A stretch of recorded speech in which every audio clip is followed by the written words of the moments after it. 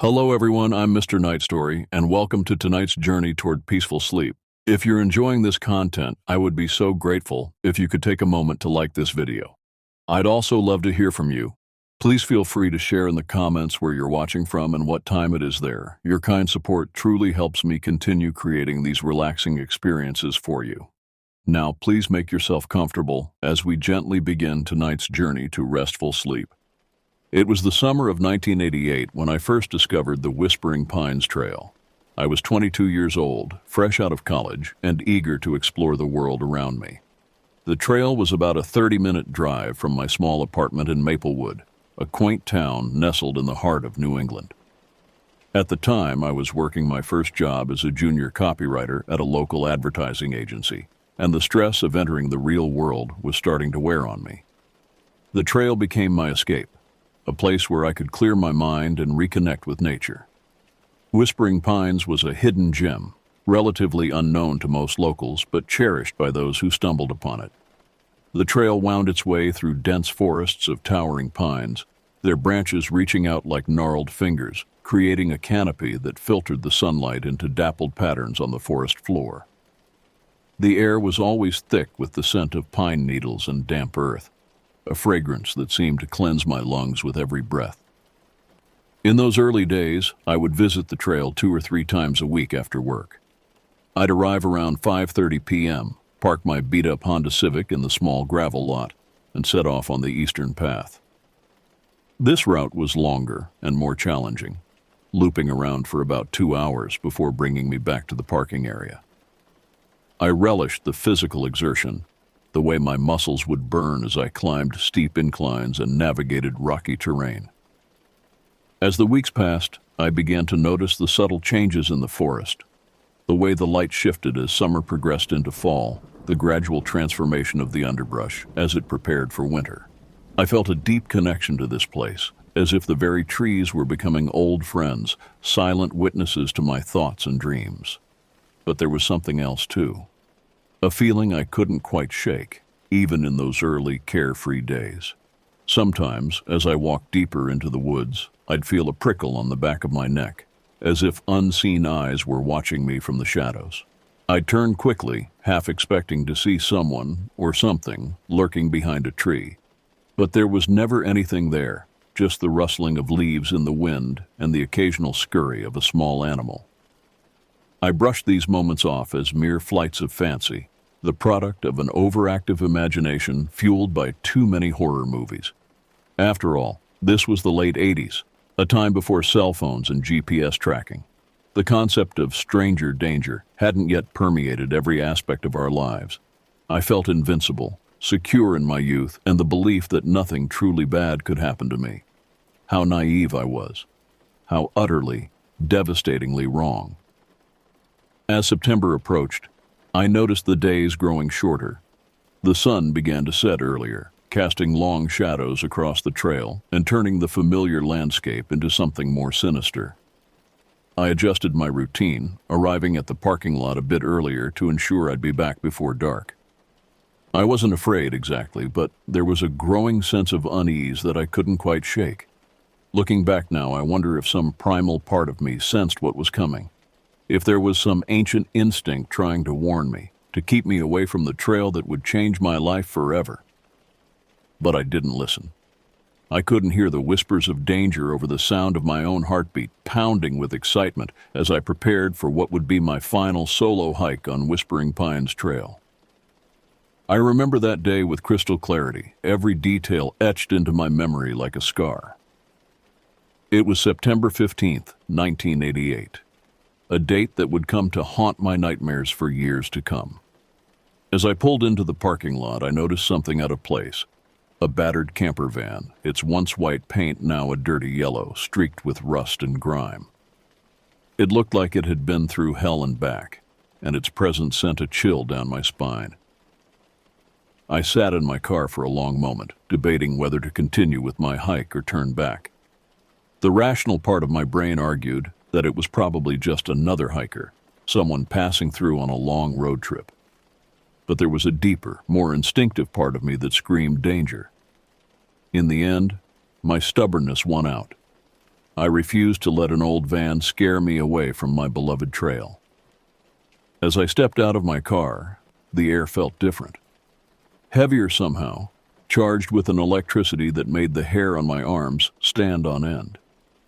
The usual sounds of the forest, birdsong, rustling leaves, the distant trickle of a stream, seemed muted, as if the woods themselves were holding their breath. I locked my car, double-checking the handle out of habit, and set off down the trail. But instead of taking my usual eastern route, I decided to head north. It was a shorter path, one that would loop back to the parking lot in about an hour and a half. I told myself it was because of the fading light, but deep down I knew it was fear driving my decision. As I walked, I couldn't shake the feeling that something was terribly wrong. Every snapping twig made me jump. Every shadow seemed to move of its own accord. I tried to focus on the beauty around me, the way the setting sun painted the sky in shades of pink and orange, the gentle sway of the pine branches in the breeze, but my mind kept returning to that camper van and the sense of foreboding it had awakened in me. Halfway through my hike, as I rounded a bend in the trail, the feeling of being watched intensified.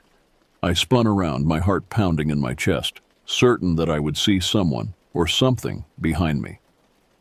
But the path was empty, the woods silent save for the sound of my own ragged breathing.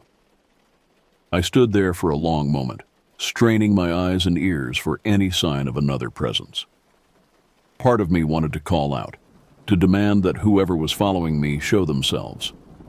But a larger part, the part driven by pure animal instinct, knew that revealing my fear would be a deadly mistake. So I pressed on, my pace quickening with each step. The familiar trail now seemed alien and hostile, every shadow a potential hiding place for unseen threats. I found myself constantly looking over my shoulder, my imagination conjuring horrific images of what might be lurking just out of sight. As I approached another bend in the trail, the feeling of impending doom became overwhelming. My fight-or-flight response kicked into overdrive, adrenaline flooding my system. Without conscious thought, I ducked behind a thick cluster of bushes, my heart hammering so loudly I was sure it would give me away. I crouched there, barely daring to breathe, as the seconds ticked by with agonizing slowness. Just as I was beginning to think I had imagined the whole thing, I heard it. The soft crunch of footsteps on the trail, moving slowly, deliberately. From my hiding place, I could see a figure emerge from around the bend. It was a man, tall and broad-shouldered, moving with an eerie grace that seemed at odds with his size. He paused, his head tilting slightly, as if listening for something. And then, to my horror, he turned and looked directly at the bushes where I was hidden. I don't know if he saw me or not, but in that moment, I felt the full weight of his malevolent presence. It was like staring into the eyes of a predator, something ancient and cruel that saw me not as a person, but as prey. The man stood there for what felt like an eternity, his gaze never wavering from my hiding spot. I didn't dare move, didn't dare breathe. I was certain that the slightest sound would trigger him to attack. Finally, after what must have been only a minute or two but felt like hours, he turned and continued down the trail, his footsteps fading into the distance. I remained frozen in place, my mind racing through possible escape routes. The main road was about 10 minutes away if I ran, cutting through the dense underbrush rather than following the trail. It was risky, I could easily get lost or injured, but it seemed like my only chance. Gathering every ounce of courage I possessed, I burst from my hiding place and ran. I ran like I had never run before, branches whipping at my face and arms, roots threatening to trip me with every step. I could hear him behind me, crashing through the undergrowth, his breath coming in ragged gasps that seemed to echo in my ears. By some miracle, I made it to the road. I didn't stop, didn't look back, just kept running until I reached the parking lot. The camper van was still there, a silent sentinel in the gathering darkness. I fumbled with my keys, my hands shaking so badly I could barely get the door open. As I peeled out of the parking lot, I glanced in my rearview mirror and saw him. He was standing at the edge of the woods, his face hidden in shadow, but I could feel the weight of his gaze. He didn't move, didn't try to chase me. He just stood there, watching, as if he knew this wasn't over. I drove home in a daze, my mind struggling to process what had just happened. I reported the incident to the local police and the park rangers, but they found no evidence of the man or the camper van. In the days and weeks that followed, I tried to convince myself that I had overreacted, that it was all a misunderstanding blown out of proportion by my imagination. But deep down, I knew the truth. I had come face to face with true evil that day, had glimpsed a darkness that most people go their whole lives without encountering. It changed me in ways I'm still trying to understand. I never hiked alone again after that day. In fact, it was years before I could bring myself to return to Whispering Pines Trail, and even then, only in the company of friends and during the busiest times of day. The forest that had once been my sanctuary became a place of nightmares, its beauty forever tainted by the memory of that terrifying encounter. Now, decades later, I still find myself looking over my shoulder, still startled at unexpected sounds. The man from the trail haunts my dreams, a shadowy figure always just out of sight, waiting. And sometimes, in the deepest part of the night, I swear I can hear the whisper of footsteps outside my window, slow and deliberate, like someone or something biding its time, waiting for the perfect moment to strike. The days following my terrifying experience on Whispering Pines Trail passed in a blur of sleepless nights and anxiety-filled days. I called in sick to work, unable to face the normalcy of my office job when my entire world had been turned upside down. My apartment, once a cozy refuge, now felt like a cage. Every creak of the floorboards, every shadow cast by passing headlights, sent my heart racing. I spent hours poring over local newspapers and police reports, searching for any mention of similar incidents in the area. To my growing horror, I found a pattern. Over the past decade, there had been a handful of disappearances and unsolved murders in the vicinity of Whispering Pines. The cases were spread out enough that no one had connected them, but now that I was looking, the similarities were chilling. All the victims had been hikers or campers, mostly young men and women in their 20s or early 30s. They had all been alone when they vanished. And in each case, witnesses reported seeing a strange camper van in the area around the time of the disappearances. The more I read, the more convinced I became that I had narrowly escaped becoming another statistic, another missing person flyer tacked up in the ranger station. But why had I been spared when others hadn't? The question gnawed at me, keeping me awake long into the night. A week after the incident, I finally worked up the courage to return to the trail. Not alone, of course. I convinced my best friend Michael to come with me. He thought I was overreacting, that I had let my imagination run wild, but he humored me. We went in the middle of a busy Saturday afternoon, the parking lot full of cars and the trail bustling with families and other hikers. As we walked, I recounted my experience in hushed tones, not wanting to alarm the other hikers. Michael listened patiently, his brow furrowed in concern. When we reached the spot where I had hidden from the man, I felt a wave of nausea wash over me. The memory was so vivid, so terrifying that for a moment I was back there, crouched in the underbrush, certain that death was only moments away. "Look," Michael said, pulling me from my thoughts. He was pointing at something on the ground near where I had hidden. At first, I couldn't see what had caught his attention, but as I looked closer, I felt my blood run cold. There, partially hidden by fallen leaves, was a scrap of fabric. It was dirty and weathered, but I could still make out the pattern, a faded floral print that looked like it might have once been part of a dress.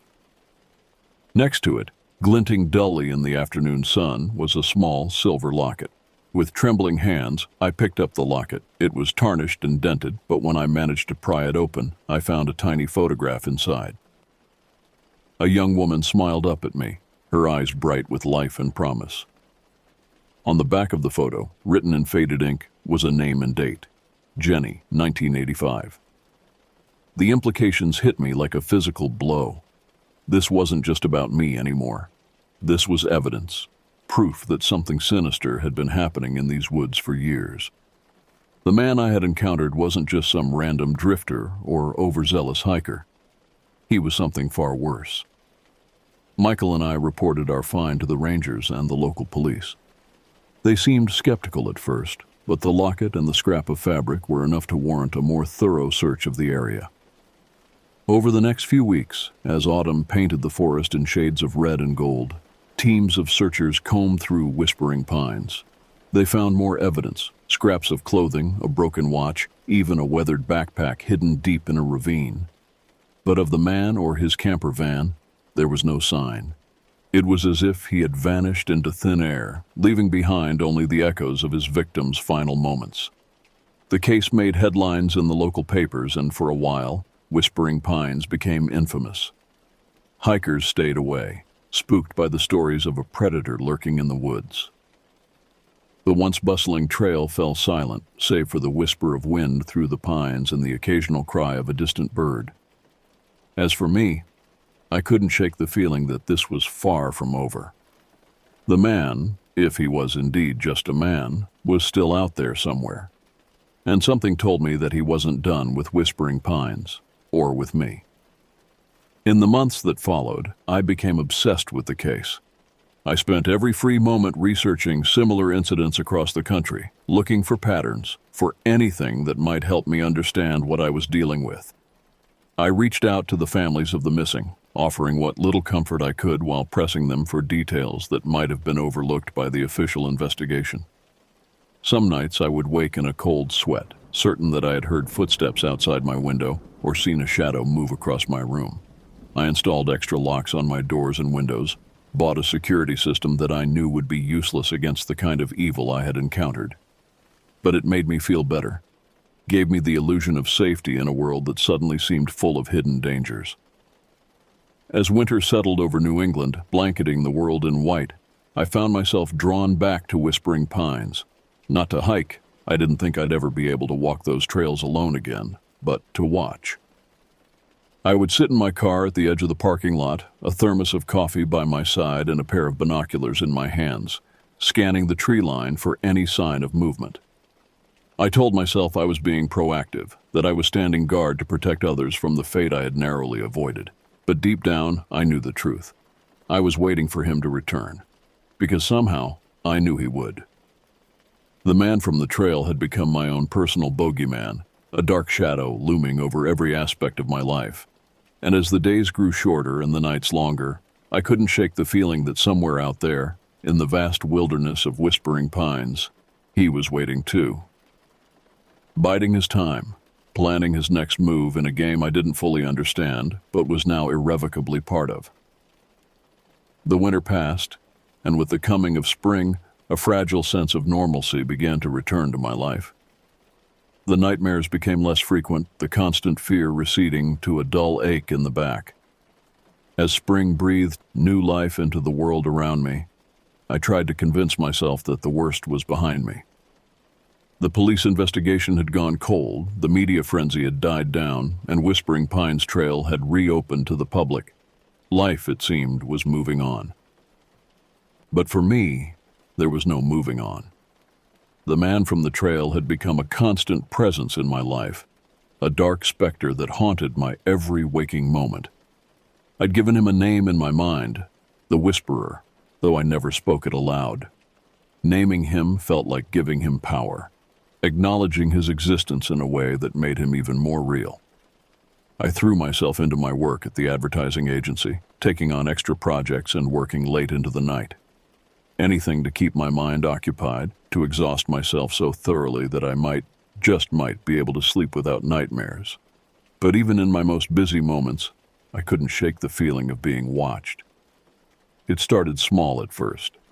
A glimpse of a figure in my peripheral vision that would vanish when I turned to look. The sensation of eyes on me as I walked to my car after work. A shadow that seemed to move independently of any light source. I told myself I was being paranoid, that the trauma of my experience had left me hypersensitive to perceived threats. But as the days wore on, the incidents became harder to dismiss. One evening in late April, I was working late at the office. The sun had long since set, and I was alone in the building, the silence broken only by the soft hum of my computer and the occasional rustle of papers. As I reached for my coffee mug, my eyes were drawn to the window behind my desk. There, reflected in the glass, was a face. Not my own, but a face I knew all too well. Broad features, dark eyes that seemed to glow with an inner light, and a smile that was more predatory than friendly. The Whisperer. I spun around, my heart pounding so hard I thought it might burst from my chest, but there was no one there, just the empty office, bathed in the sickly glow of fluorescent lights. I gathered my things and left in a rush, my hands shaking so badly I could barely get my key in the car door. As I drove home, I kept glancing in my rearview mirror, half expecting to see a battered camper van following me. That night, I dreamed of whispering pines. In my dream, I was back on the trail, but everything was wrong. The trees were twisted and gnarled, their branches reaching out like grasping hands. The air was thick with a foul mist that seemed to whisper as it swirled around me. And there, always just out of sight, was the Whisperer. I could hear his footsteps, smell the musty odor of his unwashed clothes, feel the weight of his gaze on my back. But no matter how fast I ran, I couldn't escape. The trail seemed to loop endlessly, bringing me back to the same spots over and over again. I woke up screaming, drenched in sweat, the sheets tangled around my legs like forest undergrowth, trying to hold me in place. The next day, I called in sick to work. I couldn't face the thought of returning to that office, of seeing that face in the window again. Instead, I spent the day researching, not just about the disappearances around Whispering Pines, but about similar cases across the country. What I found chilled me to the bone. There were dozens of cases, spread out over decades, that fit the same pattern. Hikers and campers disappearing from remote trails, strange sightings of a man who seemed to melt into the forest, and always reports of an old camper van seen in the area. The cases stretched back further than I had imagined, some dating back to the 1950s. How was that possible? The man I had seen couldn't have been more than 40 or 50 years old. Unless what I had encountered wasn't a man at all, but something far older, far more sinister. The thought sent a shiver down my spine. I had always considered myself a rational person, someone who believed in facts and evidence, but my experience on the trail had shaken that belief to its core. Now I found myself considering possibilities that would have seemed absurd just months ago. Was the Whisperer some kind of immortal being, a predator that had been stalking the forests of America for generations? Or was he something even worse, a malevolent spirit perhaps, that could possess different bodies over time? I shook my head, trying to clear away these thoughts. This was madness. There had to be a rational explanation. Maybe it was a family business, passed down from father to son, a legacy of evil, taught and nurtured over generations. But even as I tried to rationalize it, I knew in my heart that I was grasping at straws. What I had seen in the forest that day, what I had felt in the presence of the Whisperer, defied rational explanation. As May turned to June, my paranoia reached new heights. I installed security cameras around my apartment, covering every possible angle of approach. I bought a gun, something I had never thought I'd do, and spent hours at the shooting range until I felt comfortable handling it. I started seeing a therapist, hoping that talking about my experience might help me process it. But how could I explain the depth of my fear, the certainty that I was being hunted by something beyond human understanding? In the end, I lied. I told her about a mugging, a random act of violence that had left me shaken. It was easier than trying to make her understand the truth. One night, as I tossed and turned in my bed, unable to sleep, I heard a sound that made my blood run cold. It was faint at first, barely audible over the hum of the air conditioner. But as I strained my ears, it became clearer. Whistling. A slow, eerie tune that seemed to float on the night air. It was coming from outside my window. I lay there, paralyzed with fear, as the whistling grew louder. It was a tune I recognized, though I couldn't place it at first. Then it hit me. It was The Happy Wanderer, an old hiking song I remembered from my childhood. The irony would have been funny if it wasn't so terrifying. I reached for my phone with trembling hands, ready to call 911. But before I could dial, the whistling stopped abruptly. For a long moment, there was only silence. Then, so softly, I almost thought I had imagined it, I heard a voice. "Soon," it said, the words seeming to seep through the walls like poison gas. "Soon, we'll finish our hike." I bolted upright, fumbling for the light switch. When I finally managed to turn on the lamp, I half expected to see the whisperer standing in my room, that predatory smile on his face. But the room was empty. I spent the rest of the night huddled in the corner of my living room, my gun in one hand and a kitchen knife in the other, watching the security camera feeds on my laptop. But there was nothing. No sign of intruders, no mysterious figures lurking in the shadows. By the time the sun rose, I had convinced myself that it had all been a dream, a particularly vivid nightmare brought on by stress and lack of sleep. But as I went to make coffee, I noticed something on my front door that made my heart stop. There, scratched into the paint with what must have been a knife or a key, was a crude drawing of a pine tree. And underneath it, 2 words that made my blood run cold. Happy Trails. In that moment, I knew with absolute certainty that it hadn't been a dream. The whisperer had been here, outside my home. He had found me, and he was ready to finish what he had started on that lonely trail all those months ago. The discovery of the scratched message on my door marked a turning point. No longer could I pretend that the danger was confined to Whispering Pines Trail, or that my encounter had been a one-time thing. The whisperer had brought the hunt to my doorstep, and I knew that I couldn't simply hide and hope he would go away. I called in sick to work again, my voice shaking as I made up an excuse about a bad case of the flu. My boss, concerned about my recent absences and distracted behavior, suggested I take some time off. I accepted gratefully, knowing I would need every moment to prepare for what was coming. My first stop was the local police station. I had been hesitant to involve them again after their skepticism following my initial report, but I no longer had a choice. To my surprise, the detective who had handled my case, a grizzled veteran named Rourke, listened to my story with grave attention. "I believe you, son," he said when I finished, his weathered face creased with concern. "Truth is, we've been keeping an eye on similar reports across the state. Whatever this thing is, it's not just confined to Whispering Pines anymore." Rourke showed me a map dotted with red pins, each representing a disappearance or strange sighting.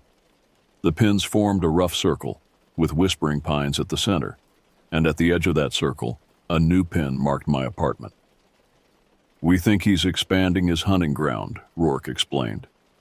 "But you're the first person we know of who's encountered him and lived to tell about it.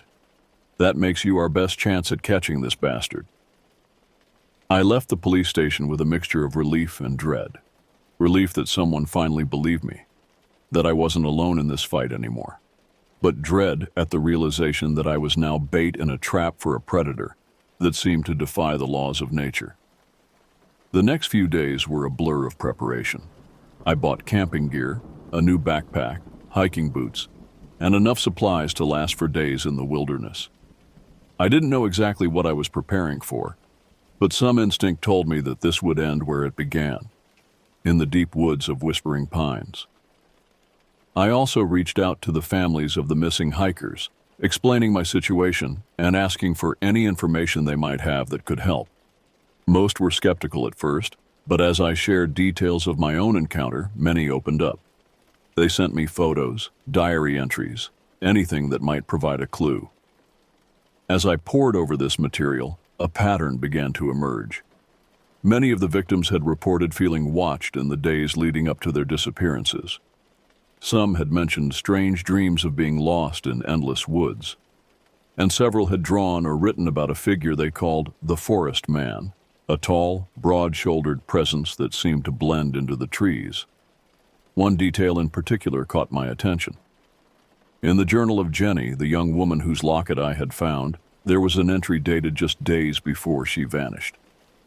"I saw him again today, the Forest Man. He was standing at the edge of the campground, just watching. When I blinked, he was gone." Am I going crazy?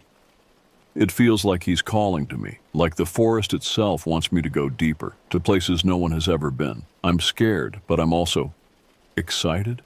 God, what's wrong with me? Reading those words sent a chill down my spine. I recognized the mix of fear and fascination she described. It was the same feeling that had drawn me back to Whispering Pines time and time again, even after my terrifying encounter. Was this how the Whisperer lured his victims? By tapping into some primal human instinct, some deep-seated longing for the unknown. As June wore on, the incidents escalated. I would wake to find pine needles scattered across my doorstep, despite there being no pine trees anywhere near my apartment. The whistling returned, always just on the edge of hearing, always playing that same haunting tune. And the dreams, God, the dreams were the worst. Every night I found myself back on that trail. But now, instead of running from the Whisperer, I was following him. He would lead me deeper and deeper into the forest, to places where the trees grew so thick they blotted out the sky, where the ground seemed to pulse with an otherworldly energy. And always, just before I woke up, he would turn to me with that predatory smile and say, "Welcome home." I knew I was running out of time. Whatever game the Whisperer was playing, it was reaching its endgame. I had to act, had to confront this thing on my own terms before it was too late. On the summer solstice, the longest day of the year, I made my decision.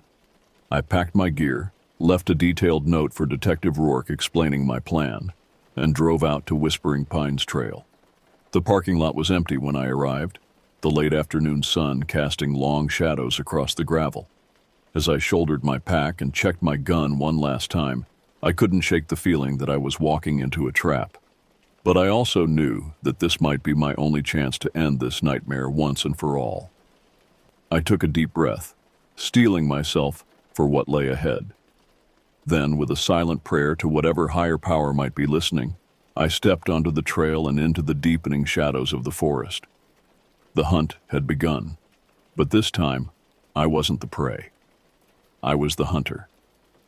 And somewhere in the depths of Whispering Pines, I knew the Whisperer was waiting for me. The forest seemed to swallow me whole as I ventured deeper into Whispering Pines. The familiar trails I had once walked with such carefree abandon now felt alien and hostile. Every rustling leaf, every snapping twig, sent a jolt of adrenaline through my system. I couldn't shake the feeling that I was being watched, that unseen eyes were tracking my every move. As the sun began to set, casting long shadows through the trees, I made camp in a small clearing. I had chosen this spot carefully, with clear sight lines in all directions and a large boulder at my back. If the Whisperer came for me in the night, I didn't want to make it easy for him. I ate a cold dinner of energy bars and beef jerky, not daring to light a fire. The darkness closed in around me, the forest coming alive with the sounds of nocturnal creatures. But underlying it all was a strange silence, as if the woods themselves were holding their breath, waiting for something to happen. Sleep was out of the question. I sat with my back against the boulder, my gun in my lap, and waited. Hours passed, marked only by the slow wheeling of the stars overhead and the gradual lightening of the eastern sky. Just before dawn, when the world was caught in that liminal space between night and day, I heard it, whistling. That same eerie tune, the happy wanderer, drifting through the trees. I was on my feet in an instant, gun raised, scanning the tree line. The whistling seemed to come from everywhere and nowhere at once, as if the forest itself was producing the sound. Then, as suddenly as it had begun, it stopped. In the silence that followed, I heard a voice. It was low and gravelly, with an undercurrent of amusement that made my skin crawl. "Welcome back, little hiker," it said. "I've been waiting for you." I spun around, my heart pounding so hard I thought it might burst from my chest. And there he was, the Whisperer. He stood at the edge of the clearing, his broad frame silhouetted against the pre-dawn sky. In the dim light, I could make out his features, the wide, predatory grin, the dark eyes that seemed to glow with an inner light. "Who are you?" I demanded, my voice shakier than I would have liked. "What do you want?" The Whisperer's grin widened, revealing teeth that seemed too sharp, too numerous for a human mouth. "Oh, I think you know what I want," he said. "The same thing I've always wanted, to finish our hike." He took a step forward, and I raised my gun. "Stay back," I warned. "I'll shoot." The whisperer laughed, a sound like rocks grinding together. "Go ahead," he said. "It won't make a difference. I'm not what you think I am, little hiker. I'm so much more." As he spoke, something changed. It was subtle at first, a shimmer in the air around him. But then I saw it clearly. His form seemed to blur, to shift. One moment he was the man I had seen on the trail all those months ago. The next he was something else, something ancient and terrible, with too many limbs and eyes that burned like coals. I fired. Once, twice, 3 times. The gunshots echoed through the forest, startlingly loud in the pre-dawn quiet. But the bullets seemed to pass right through the whisperer, leaving no mark. He didn't even flinch. "Oh, little hiker," he said, his voice now a multi-toned chorus that seemed to come from everywhere at once. "Did you really think it would be that easy?" I backed away, my mind reeling. This couldn't be happening. It defied everything I thought I knew about the world, but there was no denying the reality of what stood before me. A creature that should not exist, that could not exist, and yet undeniably did. The whisperer advanced, his form continuing to shift and change. One moment he was the man I had first seen on the trail, the next he was a writhing mass of shadows and teeth. The trees around him seemed to bend away, as if even they feared his touch. "What are you?" I whispered, my back pressed against a tree, nowhere left to run. The creature's laugh echoed through the forest, causing birds to take flight in panic. "I am the forest," it said. "I am the darkness between the trees, the whisper in the wind, the shadow that haunts the edges of your vision. I am hunger incarnate, little hiker, and you. You are my prey." As it spoke, tendrils of darkness began to spread from its form, creeping across the forest floor like living shadows. Where they touched, the ground seemed to rot and wither, leaves curling and blackening. I closed my eyes, certain that this was the end. But then, from somewhere deep inside me, a spark of defiance flared to life. I had come here to end this, to stop this creature from hurting anyone else. I couldn't give up now. My eyes snapped open, and I saw the tendrils of darkness mere inches from my feet. Without thinking, I reached into my pocket and pulled out the silver locket I had found months ago, Jenny's locket. As soon as it touched my skin, it began to glow with a soft, silvery light. The whisperer hissed, recoiling from the light as if it caused him physical pain. "Where did you get that?" it snarled, all traces of amusement gone from its voice. I held the locket out in front of me like a shield, and the creature's darkness retreated further. "You took her," I said, my voice growing stronger. "You took Jenny, and all the others. But you didn't take everything, did you? Some part of them remained, something you couldn't touch." As I spoke, I felt a warmth spreading through me. The locket's glow intensified, and I could have sworn I heard whispers. Not the malevolent hiss of the whisperer, but softer voices, filled with hope and determination. The creature snarled, its form twisting and writhing as if in pain. "You understand nothing," it spat. "I am eternal. I am inevitable. You cannot stop the darkness, little hiker. It will consume you, just as it has consumed countless others before you." But even as it spoke, I could see the fear in its eyes that were now decidedly human, the eldritch horror of its true form fading like mist in sunlight. The whisperer was weakening, and we both knew it. I took a step forward, then another, the locket held out before me. With each step, the creature retreated, its darkness receding, the malevolent power that had terrorized these woods for so long diminishing. "You're right," I said, my voice steady now. "I don't understand what you are, but I understand this. You feed on fear. You've terrorized and hunted people for God knows how long, growing stronger with each victim. But you're not invincible, and you're not alone." As if in response to my words, the locket's glow spread, enveloping me in a cocoon of soft, silvery light. And in that light, I saw them. Translucent, shimmering forms of men and women, young and old. The missing hikers, the lost souls of Whispering Pines. They stood with me, their spectral hands reaching out to touch the locket, adding their light to its glow. The whisperer howled, a sound of rage and terror that shook the trees and sent animals fleeing in panic. It tried to retreat, to melt back into the shadows of the forest, but the light pursued it, driving it back. "This ends now," I said, my voice joined by the whispers of countless others. "You will never hurt anyone again." With a final desperate shriek, the creature that had been the whisperer seemed to implode, collapsing in on itself like a dying star. There was a moment of absolute silence, a breathless pause in which the entire forest seemed to hold its breath.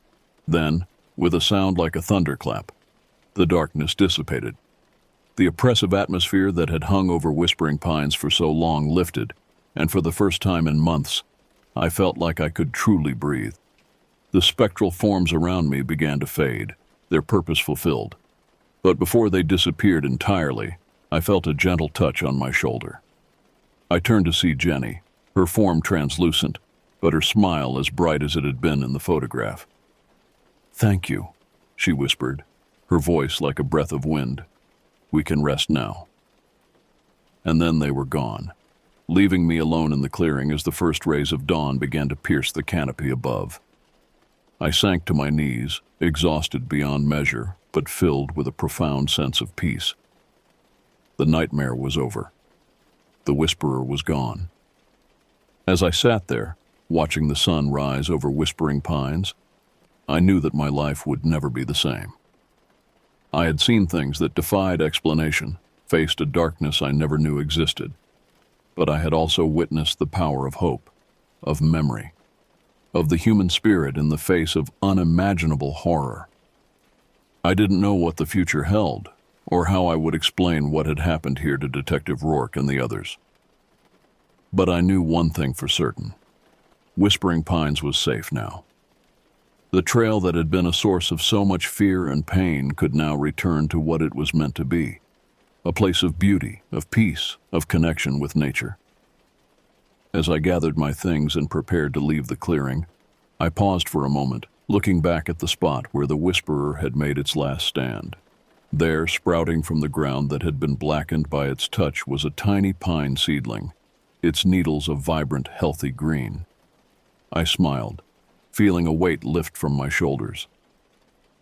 Life goes on, I thought. The darkness may come, but the light always follows. And sometimes, if we're brave enough to face our fears, we can be the ones to bring that light into the world. With that thought, I turned and began the long walk back to civilization, leaving behind the horrors of the past and stepping into a future that, for the first time in months, felt full of hope and possibility. The journey back to the trailhead felt surreal. Every step I took seemed to carry me further from the nightmare I had just experienced and closer to a world that suddenly felt alien in its normalcy. The forest, which had been a place of terror for so long, now hummed with life and vitality. Birds sang, squirrels chattered, and the sunlight filtering through the leaves created dappled patterns on the forest floor that seemed almost magical. As I emerged from the tree line into the parking lot, I was met with a scene of controlled chaos. Police cars, their lights flashing silently, were parked haphazardly around the lot. A group of officers stood in a tight cluster, their faces grave as they conferred in low voices. And there, leaning against his unmarked car with a look of mingled relief and exasperation, was Detective Rourke. "Jesus, kid," he said as I approached, his gruff voice tinged with concern. "We thought we'd lost you." I must have looked a sight. Clothes torn and dirty, eyes wild, the silver locket still clutched tightly in my hand. Rourke took one look at me and ushered me to his car, waving off the other officers who started to approach with questions. "You can debrief him later," he growled. "Right now, this boy needs rest and about a gallon of coffee." The next few hours passed in a blur. I was taken to the local hospital, checked for injuries, Miraculously, I had nothing more serious than some cuts and bruises, and then escorted to the police station. There, in a small, stuffy interview room that smelled of stale coffee and desperation, I tried to explain what had happened in the depths of Whispering Pines.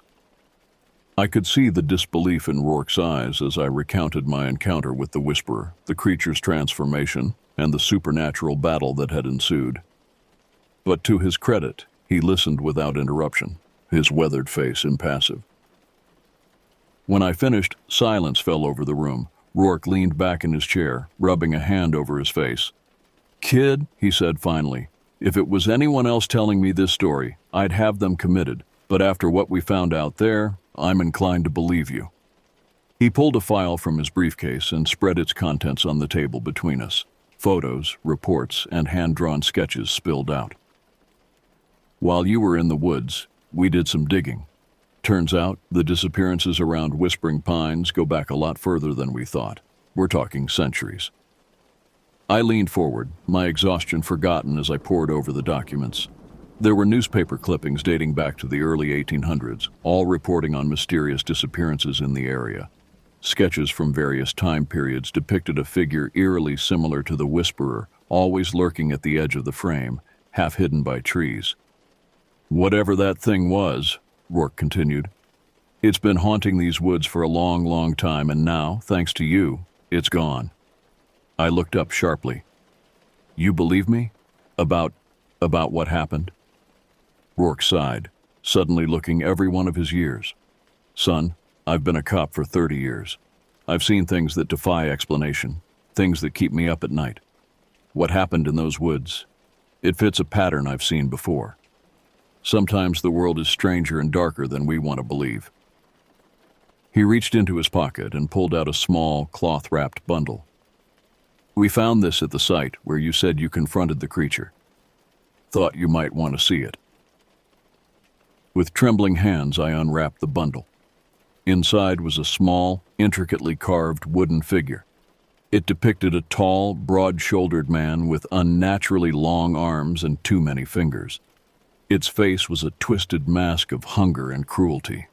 "It's old," Rourke said, "really old. The lab guys think it might date back to before European settlement. The local Native American tribes have stories about a dark spirit in the woods, a hunger that could never be satisfied. They called it the Wendigo." I ran my fingers over the carving, a chill running down my spine despite the warmth of the room. "So what happens now?" I asked. Rourke leaned back, his chair creaking. "Officially, nothing. We can't exactly put ancient evil forest spirit banished in our report. The case of the missing hikers will remain unsolved, another mystery for the true crime podcasters to chew on." He fixed me with a steady gaze. "Unofficially. You did good, kid. Real good. Whatever that thing was, you stopped it. The woods are safe again." As I left the police station that evening, the weight of everything that had happened finally began to sink in. The world felt different now, larger and more mysterious than I had ever imagined. The comforting certainties of my old life had been shattered, replaced by a newfound awareness of the thin veil that separates our everyday reality from things beyond our understanding. In the days and weeks that followed, I struggled to adjust to normal life. How do you go back to worrying about deadlines and office politics when you face down an ancient evil? How do you explain to friends and family why you jump at shadows or wake up screaming in the night? I found myself drawn back to Whispering Pines, not out of fear this time, but out of a strange sense of connection. The trail that had been the source of so much terror now felt like a sanctuary. I would spend hours walking the paths, marveling at the beauty I had once been too afraid to see. And sometimes, in the quiet moments when the sun filtered through the leaves just right, I could have sworn I saw them. Fleeting glimpses of translucent figures moving among the trees, the lost souls of Whispering Pines, no longer trapped by the Whisperer's dark power, but free to roam the forest they had loved in life. I never told anyone about these sightings, not even Rourke. Some truths I've learned are too profound, too personal to share. But I carry them with me, along with Jenny's locket, which now hangs around my neck as a constant reminder of the battle we fought and the peace we won. As for the whisperer or the Wendigo or whatever it truly was, I don't know if it's gone for good. The world is vast and old, and there are dark corners where ancient evils might still lurk. But I do know this: in the face of darkness, hope and courage can work miracles. And sometimes the light we need to banish the shadows comes from within ourselves. Whispering Pines is safe now, its trails once again filled with hikers and nature lovers. The story of the disappearances has faded into local legend, a spooky tale to tell around campfires. But for those of us who know the truth, who faced the darkness and emerged changed but unbroken, the forest will always hold a special significance. It's a reminder that the world is bigger and stranger than we can imagine, full of wonders and terrors beyond our comprehension. But it's also a testament to the strength of the human spirit, to our capacity for courage and sacrifice in the face of overwhelming odds.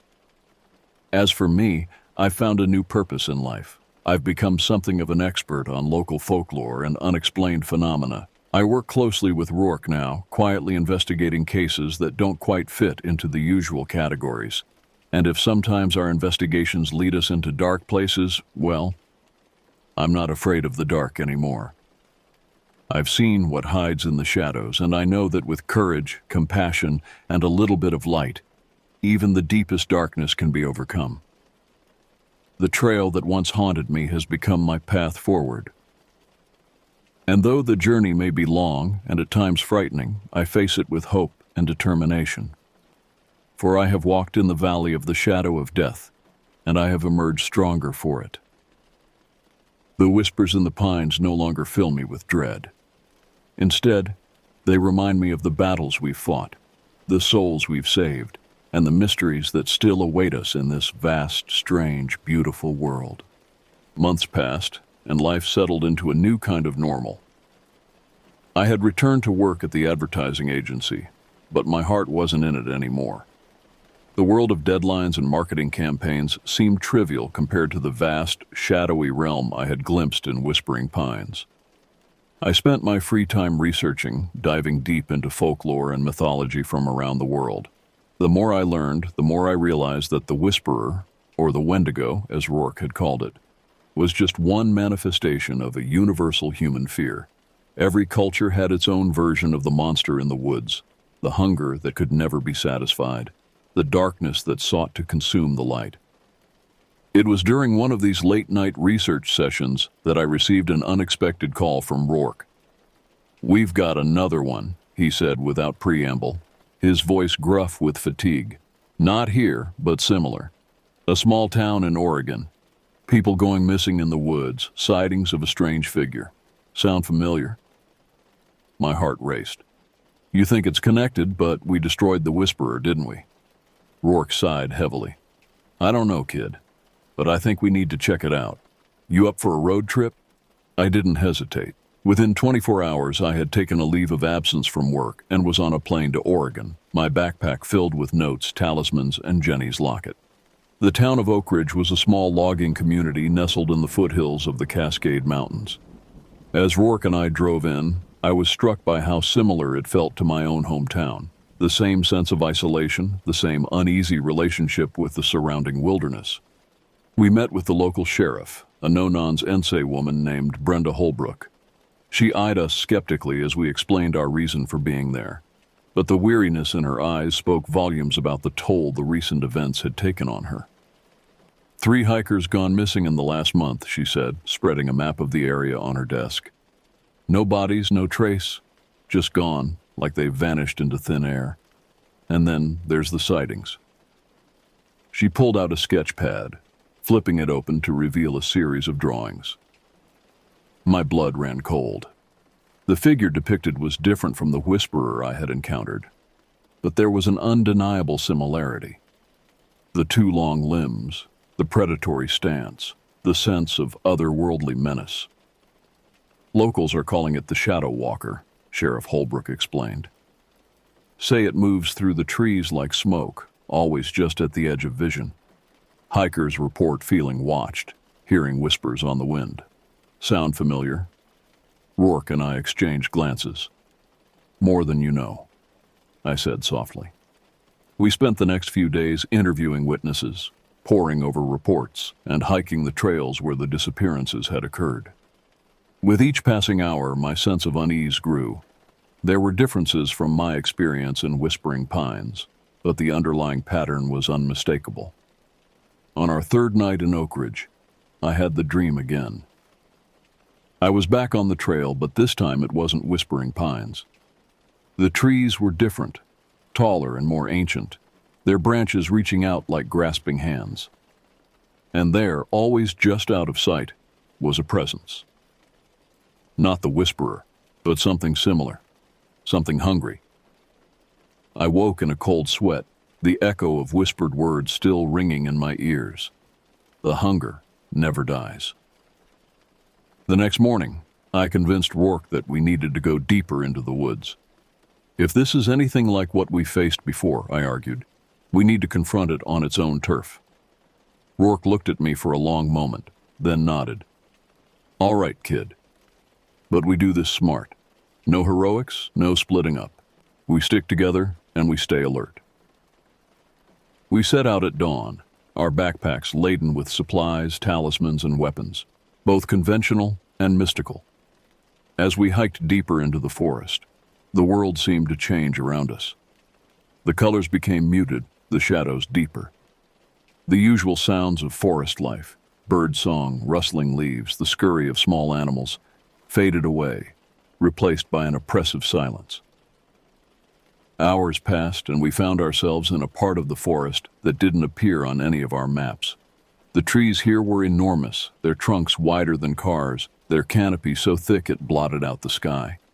The air was thick and heavy, like breathing underwater. "We shouldn't be here," Rourke muttered, his hand resting on his gun. "This isn't right." I was about to agree when I saw it. A flicker of movement in the corner of my eye. I turned, my heart pounding, and for a split second I caught a glimpse of a figure, tall, impossibly thin, with limbs that seemed to bend in unnatural ways. And eyes, God, those eyes, glowing with a hunger that made the whisperer seem tame by comparison. "Rourke," I whispered, my voice shaking. "We're not alone." What happened next was a blur of terror and confusion. The Shadow Walker, for I knew now that's what we faced, seemed to be everywhere at once. It moved through the trees like living darkness, always just out of reach, its whispers filling our heads with promises of power and threats of unimaginable horror. We ran, our carefully laid plans forgotten in the face of primal fear. Rourke fired his gun, the shots echoing unnaturally in the dense forest, but they seemed to have no effect. I clutched Jenny's locket, its soft glow providing our only light as darkness fell with unnatural speed. And then, just as hope seemed lost, I remembered something from my research. An old Native American legend about a spirit of the forest, not evil like the Wendigo, but a protector, a guardian of balance. With trembling hands, I pulled out the wooden figure Rourke had given me months ago, the carving of the Wendigo we had found in Whispering Pines. Acting on instinct, I pressed it against a massive tree trunk and began to speak, my words a mixture of half-remembered native chants and my own desperate pleas. "Guardian of the forest," I called out, my voice growing stronger. "Protector of life, we seek your aid. Balance has been disturbed, darkness threatens to consume all. We offer this token, this symbol of defeated evil, and ask for your intervention." For a moment, nothing happened. The Shadow Walker's whispers grew louder, more insistent. Rourke swore, firing his last bullet into the darkness, and then miraculously, the forest came alive. The ground beneath our feet began to tremble. Roots burst from the earth, writhing like serpents. The trees themselves seemed to move, their branches reaching out to form a protective barrier around us. And there, emerging from the trunk of the ancient tree where I had placed the carving, was a figure of light. It was hard to look at directly, its form shifting and changing like sunlight through leaves. But I could make out the general shape, tall, majestic, with a crown of antlers and eyes that held the wisdom of millennia. The Guardian. for I knew that's what it must be, raised a hand, and the forest fell silent. The darkness that had been encroaching on us recoiled, and I heard a scream of rage and frustration that could only have come from the shadow walker. What followed was a battle unlike anything I had ever seen or could have imagined. Light against darkness, growth against decay, the timeless balance of nature against a hunger that sought to consume everything in its path. Rourke and I could only watch in awe as forces beyond our comprehension clashed around us. In the end, it was over as suddenly as it had begun. The guardian turned to us, its form already beginning to fade back into the forest. "The balance is restored," it said, its voice like the rustling of leaves and the flow of sap. "But beware, guardians of the human realm. The hunger may be defeated here, but it is not destroyed. It will rise again, in other places, in other forms. You must be vigilant." And with that, it was gone, leaving Rourke and me alone in a forest that suddenly seemed alive with the normal sounds of nature. We made our way back to town in a daze, our minds struggling to process what we had witnessed. Sheriff Holbrook was skeptical of our story, but she couldn't deny the results. The disappearances stopped, and the sightings of the shadow walker ceased entirely. As Rourke and I prepared to leave Oak Ridge, I knew that our work was far from over. The guardian's warning echoed in my mind. The hunger would rise again, and we needed to be ready. "So, kid," Rourke said as we drove away from the town, the forest looming in the rearview mirror. "Where to next?" I looked down at the locket in my hand, then out at the passing landscape. "Wherever the whispers lead us," I replied. "The battle goes on, and we've got work to do." And so we drove on. Two unlikely guardians against a darkness most of the world doesn't even know exists. The road ahead was long and fraught with danger, but for the first time since that fateful day in Whispering Pines, I felt truly alive. The hunger may never die, but neither will the light that stands against it. And as long as there are those willing to face the darkness, there will always be hope. Years have passed since that day in the Oregon woods, and my life has become a journey I could never have imagined. Rourke and I have traveled across the country, chasing whispers and shadows, confronting entities that defy explanation and challenge everything we thought we knew about the world.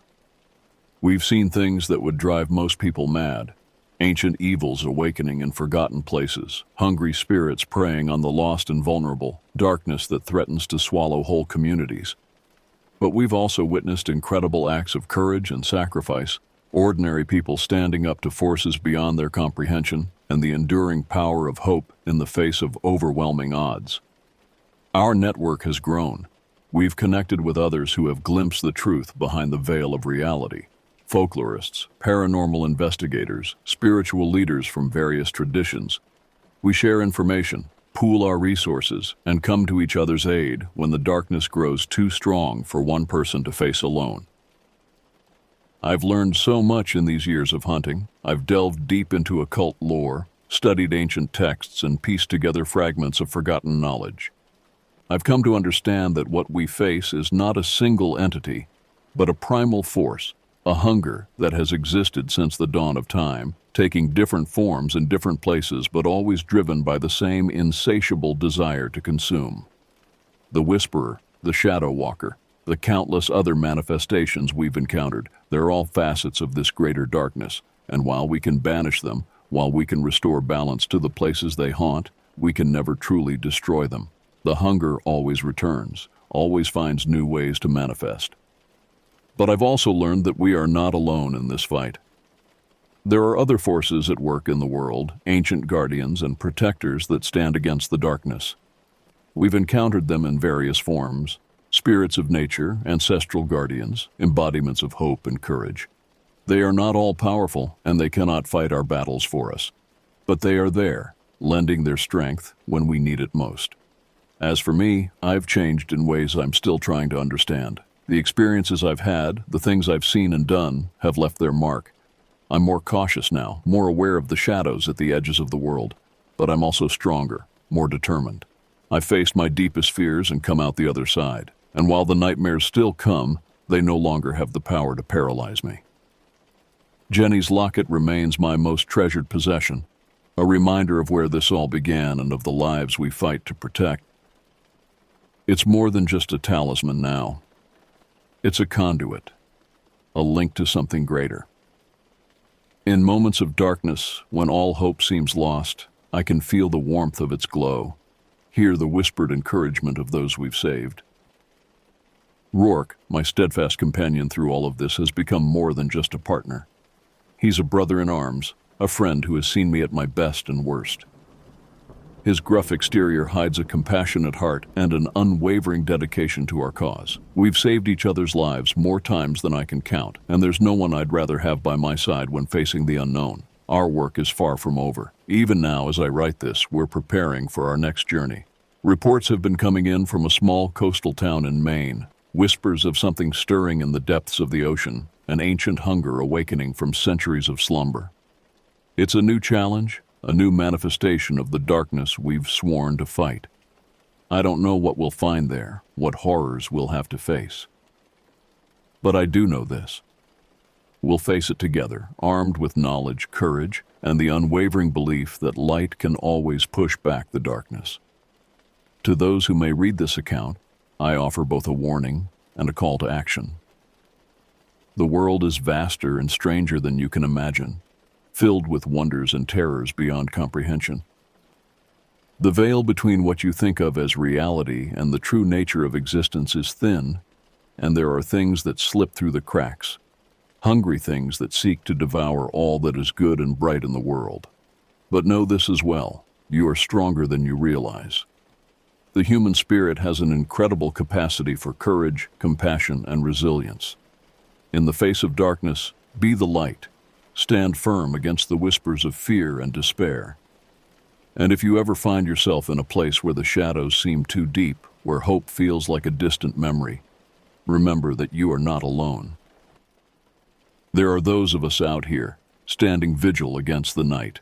We are the watchers in the woods, the guardians at the threshold, the ones who walk the boundary between worlds. And as long as there are those willing to face the darkness, there will always be hope. The hunger may be eternal, but so is the light that stands against it. And in the end, it is not the darkness we must fear, but the choice to look away, to pretend it doesn't exist. Face your fears, stand your ground, and remember, even in the darkest night, stars still shine. Our vigil is endless, our battle eternal. But it is a battle worth fighting, for the sake of all that is good and true in this world. And so we go on, into whatever darkness may come, carrying the light of hope with us always. The trail that once haunted me has become my path, leading me into the heart of mysteries both terrifying and wondrous. And though the journey is long and fraught with danger, I walk it willingly, knowing that each step takes us closer to understanding, to balance, to a world where the whispers in the dark no longer hold power over us. This is my story, my testament. May it serve as both a warning and a beacon of hope to those who come after. The darkness is real, but so is the light within us all. Never forget that, and never stop fighting. For in the end, it is not the strength of our enemies that will determine our fate, but the strength of our own hearts and the bonds we forge with those who stand beside us. The night may be long, but dawn always comes, and we will be there to greet it, guardians of the light, protectors of the balance, forever vigilant against the hunger that never truly dies. This is our purpose, our calling, our endless vigil. And as long as there are those willing to stand against the darkness, hope will never fade. The end, or perhaps just another beginning in our eternal battle against the shadows.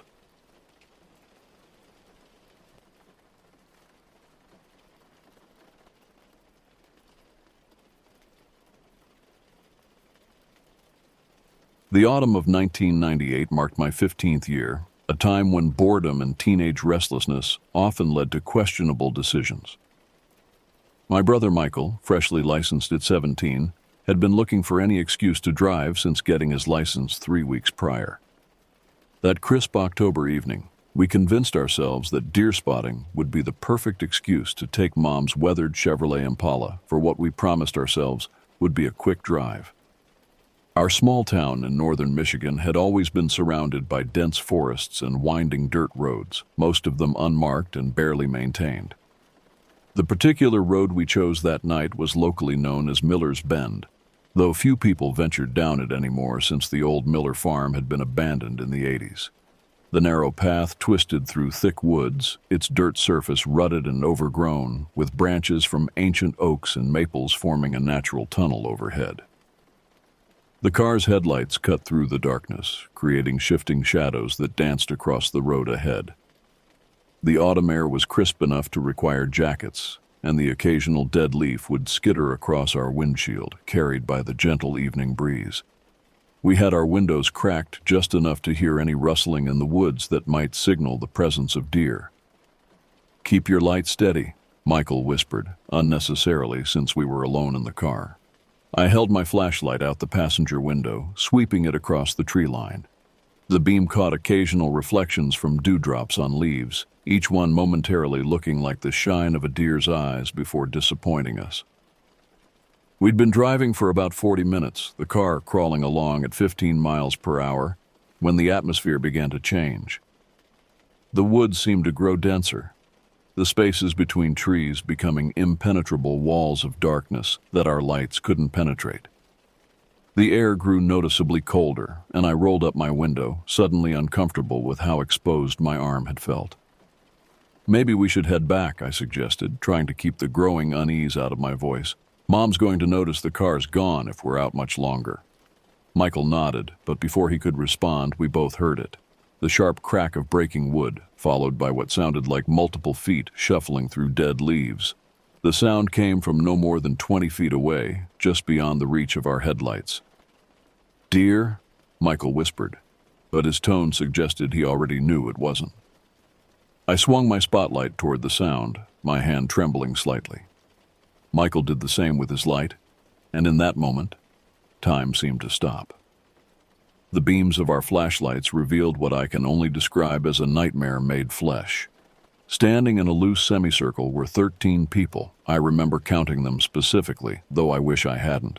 They stood absolutely motionless, their clothing dark and nondescript, but it was their faces that seared themselves into my memory. Each face was completely devoid of expression, pale as milk in our lights, with eyes that seemed to reflect our beams like those of cats. They weren't moving. They weren't speaking. They were just watching us.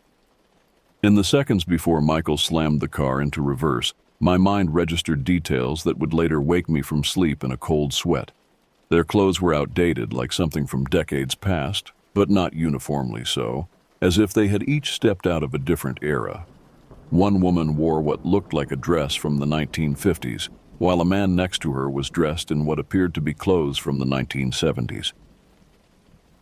Their faces weren't just blank, they were wrong somehow. The proportions were slightly off, like someone had tried to draw a human face from memory, but couldn't quite get it right.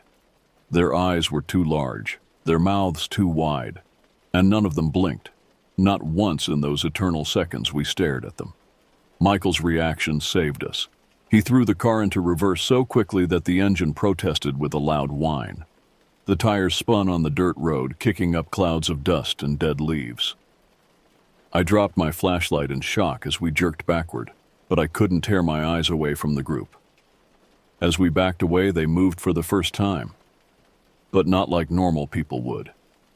They all took one synchronized step forward, their movements mechanical and jerky, like marionettes being pulled by invisible strings. Their heads remained perfectly still even as their bodies moved. Their eyes locked on us with that same unblinking stare. The car's reverse lights illuminated them from below now, casting strange shadows that made their faces look even more inhuman. In that light, I swear I saw something dark and liquid dripping from the corners of their mouths. We didn't stop until we reached the main road nearly 2 miles away. Michael's knuckles were white on the steering wheel, and I realized I'd been holding my breath. When I finally exhaled, it came out as a sort of strangled sob. "Did you see?" Michael started but couldn't finish the sentence. "Their clothes," I whispered. "They were all from different times." "Their faces," he added, his voice shaking. Those couldn't have been real people. We drove home in silence, both of us jumping at every shadow the headlights created.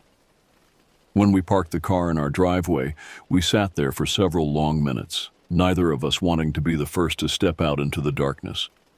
We never told our parents about what happened that night. How could we? We'd taken the car without permission, trespassed on private property, and seen something impossible. Who would believe us? The few times we tried to discuss it between ourselves, we could never quite capture the true horror of what we'd witnessed. Words seemed inadequate to describe the wrongness of those figures, the way they moved, the empty hunger in their two large eyes. In the days that followed, we scoured local newspapers and the internet for any similar sightings or stories about Miller's Bend. We found nothing concrete, but there were whispers, forum posts about people going missing in those woods over the years, about strange lights and figures seen at night, about sounds that couldn't be explained.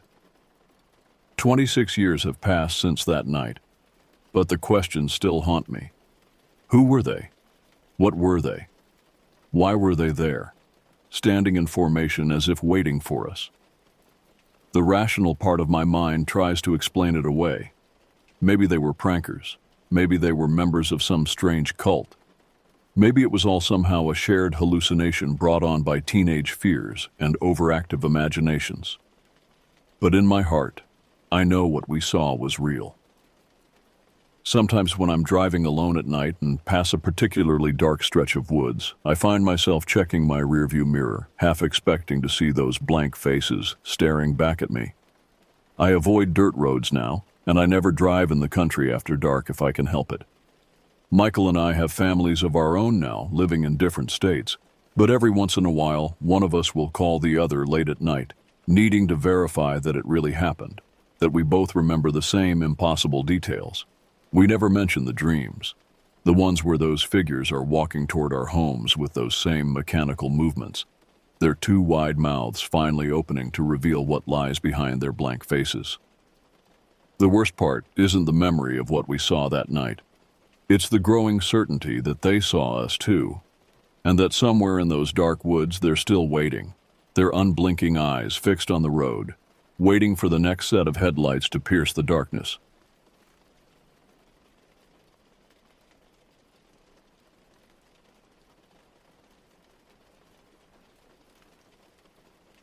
Living in the Methow Valley of Washington State teaches you to question everything you thought you knew about wilderness.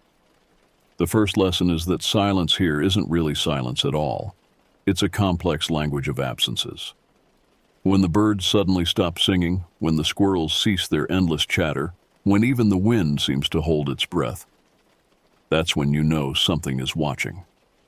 I moved here in 2021 after 15 years of city life had worn away at my soul like water on stone. My cabin sits at the edge of what locals call the Deep Valley, where the civilized world begins to fray into true wilderness. The nearest neighbor is 2 miles down an unpaved road that becomes impassable during the worst winter storms. The closest town, little more than a general store and a post office, is a 40-minute drive when the weather cooperates.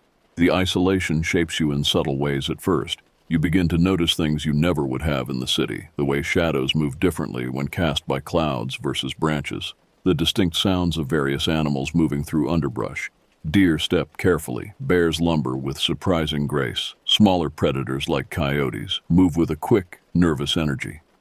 But some things move without sound at all, and those are the ones you learn to fear most. My first winter here was a harsh education. The snow came early and stayed late, transforming the landscape into something alien and beautiful. The Douglas firs, some older than the United States itself, wore their white mantles like kings, their branches creating Gothic arches overhead. The cold was profound, the kind that makes your bones ache and turns breath into crystal. But it wasn't the cold that made me question my decision to move here. It was the tracks. One morning in December, after a fresh snowfall, I found prints circling my entire cabin. They were huge, roughly the size of my palm, and showed no sign of claw marks, the telltale signature of a large cat. The prints started nowhere and ended nowhere. as if their maker had appeared from thin air, walked a perfect circle around my home while I slept, and then vanished back into the ether. The local game warden later confirmed they belonged to a mountain lion, likely a large male. "They're curious," he told me, though his expression suggested there was more to it than that. "They like to know what's in their territory." The emphasis he placed on "their" stayed with me. The valley reveals its secrets slowly, like a lover who knows the value of mystery. Each season brings new discoveries, not all of them welcome. Spring thaws uncovered deer carcasses cached in snowbanks, preserved all winter by the cold. Summer brings the eerie sound of elk calves calling for mothers that will never answer, nature's harsh arithmetic played out in voice and silence. Fall paints everything in blood red and dying gold, a reminder that beauty and death are close companions in these woods. But it's the hidden life of the valley that truly commands respect. The bears are obvious in their presence: broken branches, overturned rocks, scratched trees. The wolves announce themselves with howls that echo off the mountainsides. Even the bobcats and coyotes leave clear signs of their passing. But the mountain lions? They're different. They move like ghosts through the landscape, leaving only the faintest traces of their presence. A tuft of fur on a tree trunk, a scrape of earth covered with leaves and pine needles, the sudden, complete silence of the forest.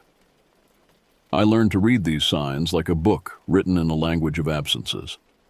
When the usual morning chorus of birds fails to materialize, I check the tree line more carefully. When my domestic cats refuse to go outside despite good weather, I pay attention to their instincts. When the hair on the back of my neck stands up for no apparent reason, I trust that ancient part of my brain that remembers what it was like to be prey. The locals have their own stories, shared in low voices over coffee at the general store or whispered around campfires. Tales of livestock found dead with surgical precision, of dogs that disappeared without a trace, of hunters becoming the hunted.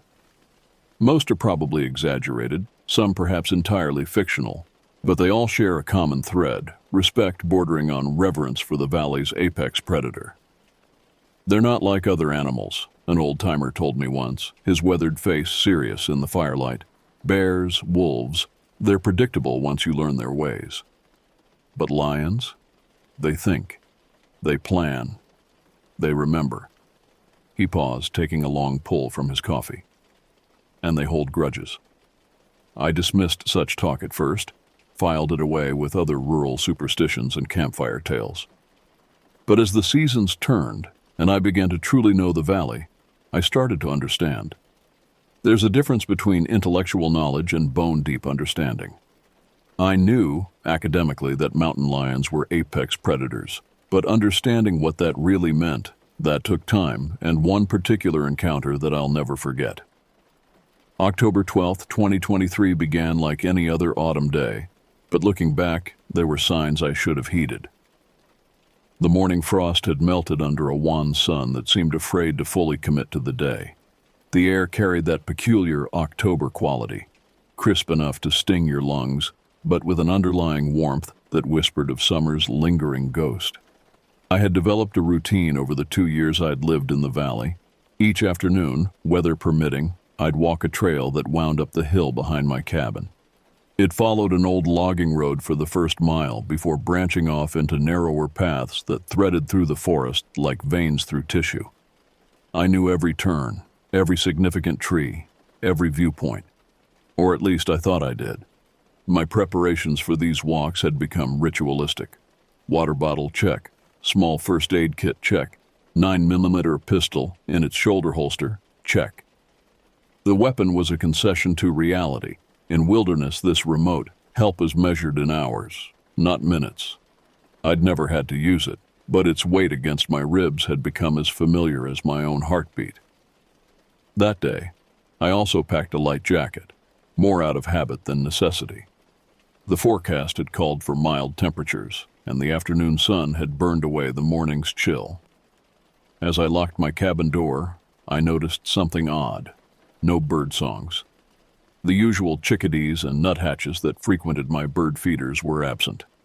At the time, I attributed it to the season, to migration patterns I didn't fully understand. The first part of the trail is the steepest, climbing almost vertically through a series of switchbacks.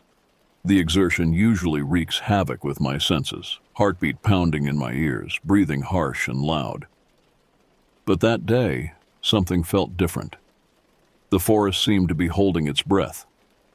The usual background noise of small animals going about their business was conspicuously absent.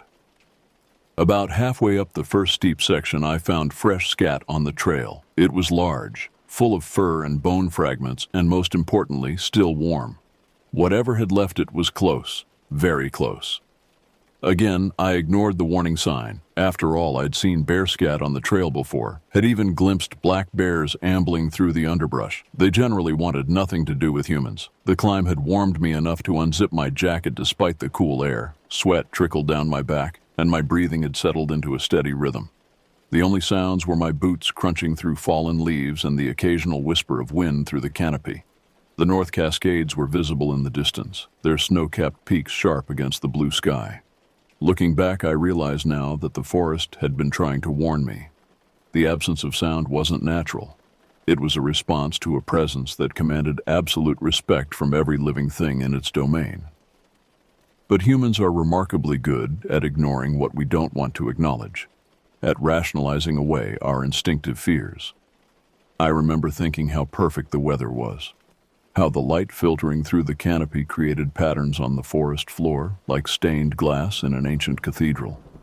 I remember feeling at peace, at home in this wild place. I remember thinking I understood the rhythm of life here. I was wrong, so very wrong. They say time slows down in moments of extreme stress or danger. That's not quite accurate. Time doesn't slow down. Perception speeds up. Your brain, flooded with adrenaline and other survival chemicals, processes information at an incredible rate.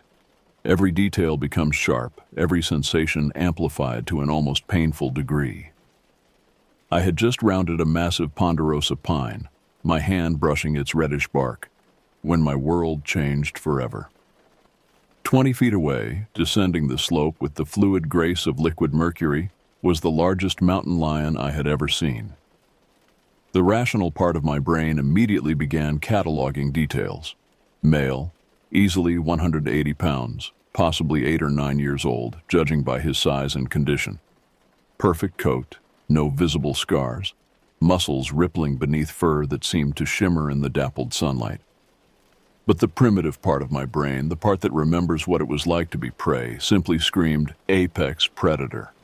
Every cell in my body recognized that I was in the presence of something that had evolved over millions of years to be the perfect killing machine. His shoulders were as broad as my torso, each muscle group clearly defined beneath his tawny coat. His paws, each larger than my spread hand, moved with deliberate precision. No wasted motion, no uncertainty. His tail, thick as my arm, hung perfectly still behind him. Neither the irritated twitching of an angry cat nor the preparation for attack. This was something else entirely. But it was his face that truly captured me. Perfectly proportioned, with a jaw that could crush a deer's spine like a handful of twigs, whiskers that caught the light like strands of silver wire, and his eyes, dear God, his eyes. They were the color of aged amber, but it wasn't the color that held me transfixed. It was the intelligence behind them, an awareness that was utterly alien, yet undeniably present. We froze simultaneously, locked in a tableau that could have been painted by a master of wildlife art. He stood slightly above me on the slope, giving him perhaps a foot or two of height advantage.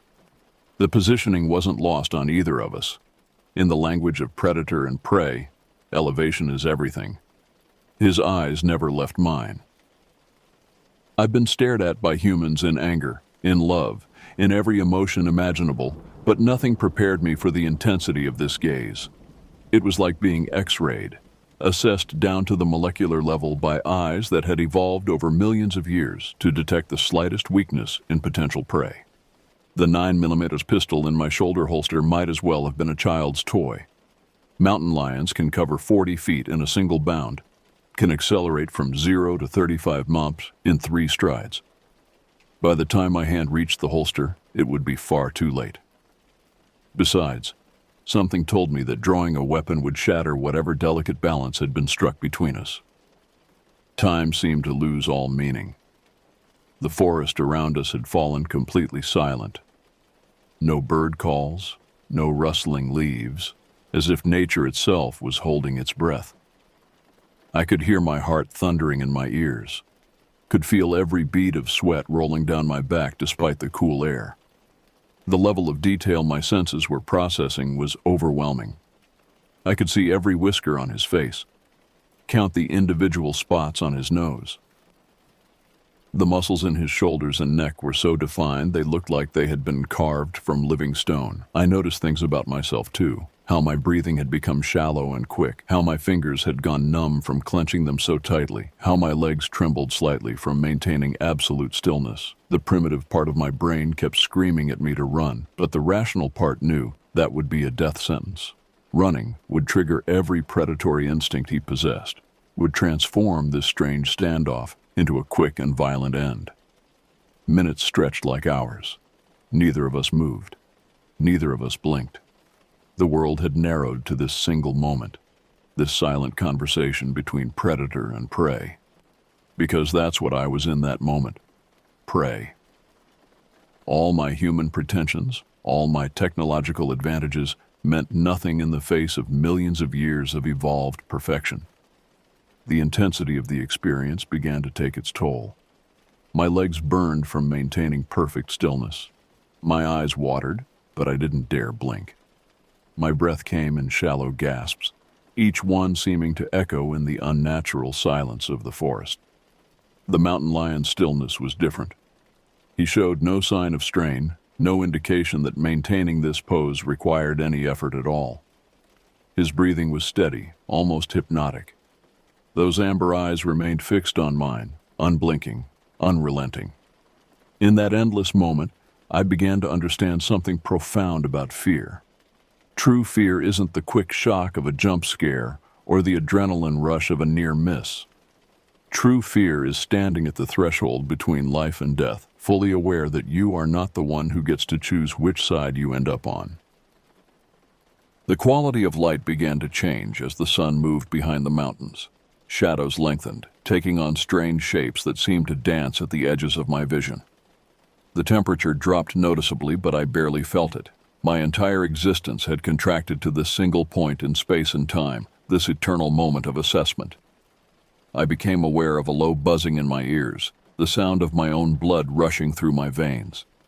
My heart was beating so hard I could feel it in my throat, each pulse a reminder that I was still alive, still breathing, still existing in a world where the next second was not guaranteed. The mountain lion's presence seemed to grow larger, more commanding, as the light faded. His coat took on a ghostly quality in the dying light, each muscle still perfectly defined but now seeming almost supernatural in its perfection. His eyes caught what little light remained and reflected it back with an inner fire that spoke of ancient things, of hunts conducted in darkness, of a lineage that stretched back to when humans were nothing more than clever apes. It could have been 15 minutes or 50. Time had lost all meaning. Then, with deliberate slowness, he blinked. It was like a spell being broken, like the world suddenly remembering how to turn. His chest expanded with a deep breath that seemed to say, "Enough," and with a fluid grace that defied his size, he turned uphill. His departure was neither hurried nor slow. He moved with the confident pace of something that has never needed to rush, never needed to prove anything to anyone. He didn't look back once, which somehow made it more terrifying. He knew exactly where I was, knew exactly what I was doing, without needing to check. I remained frozen for several minutes after he disappeared from view, my body refusing to believe it was over. When I finally managed to move, my legs were shaking so badly I had to sit down on the nearest log. The forest around me slowly came back to life. First a hesitant bird call, then another, then the rustle of small animals resuming their daily routines. The walk back to my cabin was a blur of hyper-awareness and exhaustion. Every shadow seemed to move. Every rustle in the undergrowth commanded my complete attention. I kept expecting to see him again, to find him waiting around every bend in the trail. The fact that I didn't see him somehow made it worse. I knew he could be watching me every step of the way, and I would never know. That night, safely back in my cabin with doors locked and lights on, I tried to process what had happened. The encounter had changed something fundamental in my understanding of my place in the world. We humans like to think we've conquered nature, tamed it, risen above it. But in that moment of eye contact with the mountain lion, I understood with perfect clarity that we are still very much a part of the natural world and not always at the top of it. Sleep was elusive that night. Every sound from outside seemed amplified. The wind in the trees became his breathing. The scratch of branches against the roof became his claws. I kept replaying the encounter in my mind, analyzing every detail, every moment. What if I had moved? What if I had tried to reach for my gun? What if he had chosen differently? The following weeks were marked by a heightened awareness I had never experienced before. Every shadow in the woods seemed to move. Every rustle in the undergrowth commanded my attention. I found myself checking and rechecking the locks on my doors and windows, though I knew how meaningless such precautions would be if he decided to come for me. My dreams became vivid and strange. In them, I was always walking that same trail, always rounding that same tree. But the encounters played out differently. Sometimes I ran, sometimes I fought, sometimes I simply stood there until I turned to stone. But always, those amber eyes watched, judged, remembered. The local game warden, when I finally told him about the encounter, nodded thoughtfully. "Sounds like the big male we've been tracking," he said. "He's been in this valley longer than any of us. Never attacked a human, but he's not afraid of them either. Never attacked a human that we know of," the warden added after a pause, his weathered face serious in the fluorescent light of his office. "But there have been disappearances over the years. Hikers who went out alone and never came back. Hunters who weren't as skilled as they thought they were. Nothing we could ever prove, of course." He pulled out a thick file from his desk drawer, spreading photos across the surface, trail camera images, paw prints cast in plaster, livestock kills, all attributed to the same animal. "We estimate his territory covers about 100 square miles, centered right where you had your encounter. He's what we call a ghost cat, older, smarter, more adapted to human presence than most. They learn our patterns, our weaknesses. They study us." The photos showed an animal that seemed to grow more impressive with each passing year. Unlike most male mountain lions, which start to show their age through scars and worn teeth, this one appeared to be aging like fine wine. His coat remained pristine, his muscles defined, his bearing regal. The most recent photos showed the same animal I'd encountered, a perfect specimen of his species. The nights became the hardest part. Living alone in the woods requires a certain comfort with darkness, but after the encounter, darkness took on new meaning. Every creaking floorboard, every shadow cast by moonlight through the windows, carried the possibility of his presence. My domestic cats, usually active at night, became different creatures, alternating between hiding under furniture and staring fixedly at the windows, their pupils dilated, their bodies tense. I installed motion sensor lights around the cabin, though locals warned me this might do more harm than good. "Now you'll just know when he's out there," an old-timer told me at the general store, his voice carrying the weight of experience. Sometimes ignorance is better. He was right. The first time those lights clicked on at 3 a.m., illuminating nothing but swaying branches and falling leaves, I spent the rest of the night sitting in my kitchen with my pistol on the table, jumping at every sound. The second time, I saw his tail disappearing around the corner of the cabin, just enough to confirm his presence, to remind me whose territory I was living in. 3 years have passed since that first encounter. The valley has cycled through seasons, winters that buried the world in white silence, springs that erupted in wildflower riots, summers that baked the earth hard as iron, autumns that painted the world in fire colors. Through it all, his presence remained a constant, though rarely seen. I found his tracks many times since then, massive paw prints in fresh snow or mud that could only belong to him. Each time, they tell a story. Here he paused to survey the valley. Here he changed direction to parallel my trail. Here he lay in wait above a game path. The tracks never show hesitation or uncertainty. Each step is purposeful, deliberate, the movements of an apex predator completely at home in his domain. A neighbor's trail camera caught him last month, a ghostly figure moving through the night with the same fluid grace I remembered.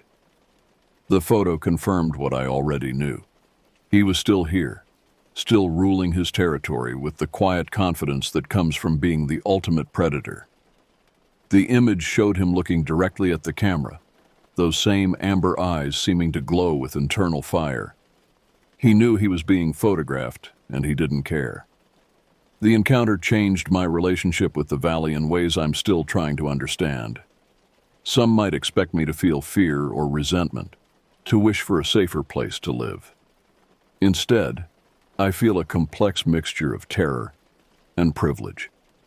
That mountain lion is a reminder of something ancient and powerful, something that existed long before humans carved roads through these mountains, and will likely exist long after we're gone. Sometimes, especially on quiet afternoons when the light filters through the trees just so, I think I feel his presence. It's impossible to know for sure. Mountain lions are masters of stealth, and he could be watching from 20 feet away without my knowledge. But that uncertainty, that knowledge that I share this valley with something so perfectly evolved for survival, has become part of who I am. I've seen many mountain lions in zoos since then, but they might as well be different animals entirely. Those cats, for all their size and strength, are shadows of what I encountered on that hillside. They lack that indefinable quality, that perfect confidence, that absolute mastery of their domain, that made my lion so terrifying and magnificent. Last week I found fresh tracks circling my cabin again, just like that first winter. But this time, I noticed something different. The track showed he had stopped at each window, had stood there looking in. The implications kept me awake for nights. Was he checking on me? Warning me? Reminding me of my place in his world? The locals have a saying, "The valley chooses who stays." Maybe that's true. Or maybe it's the mountain lion who does the choosing. Either way, I remain here, living in a delicate balance with a creature that could end my life anytime it chooses. Every morning when I wake up, every time I walk that trail, I know I'm alive because he allows it. He wasn't just a large cat, wasn't just a predator. He was, and is, a force of nature given form. A reminder that for all our technology and civilization, we still live in a world where tooth and claw hold dominion in the deep woods. He was, and remains, the most beautiful and terrifying thing I have ever seen. Living here now, I carry that knowledge with me always. Every time I step outside, every time I walk that trail, I know that I'm not just walking through nature. I'm walking through his territory. The pistol still rides in its holster, but I harbor no illusions about its usefulness. I've seen what I am in his eyes. Not an enemy, not even a threat, just another creature sharing his domain, allowed to exist at his pleasure. And somehow, that makes me love this place even more. The valley has taught me many things, but the most important lesson came from those amber eyes on that autumn afternoon. True wilderness isn't a place where humans are safe from large predators. It's a place where large predators choose whether humans belong. As I write this, the sun is setting over the valley, painting the sky in shades of blood and gold. Somewhere out there, he's moving through his territory, a shadow among shadows, the ghost of the deep woods. And maybe, just maybe, he's thinking about the human he met on the trail that day, the one who stood still, who met his gaze, who learned to respect the old ways of the valley. Tonight, like every night, I'll lock my doors and windows, knowing full well how meaningless such precautions are against his strength and cunning. I'll lie in bed listening to the night sounds of the valley, trying to distinguish the natural from the supernatural, the harmless from the deadly. And I'll wonder as I drift off to sleep whether those amber eyes are watching, waiting, remembering. Because that's what it means to live here, in his valley, under his rules. Every day is a gift, every moment a privilege, every breath a reminder that in the deep woods, humans are not always the apex predator. Sometimes we're just another part of the food chain, allowed to exist by the grace of something older, stronger, and infinitely more perfect than ourselves. And in the end, that's exactly how it should be.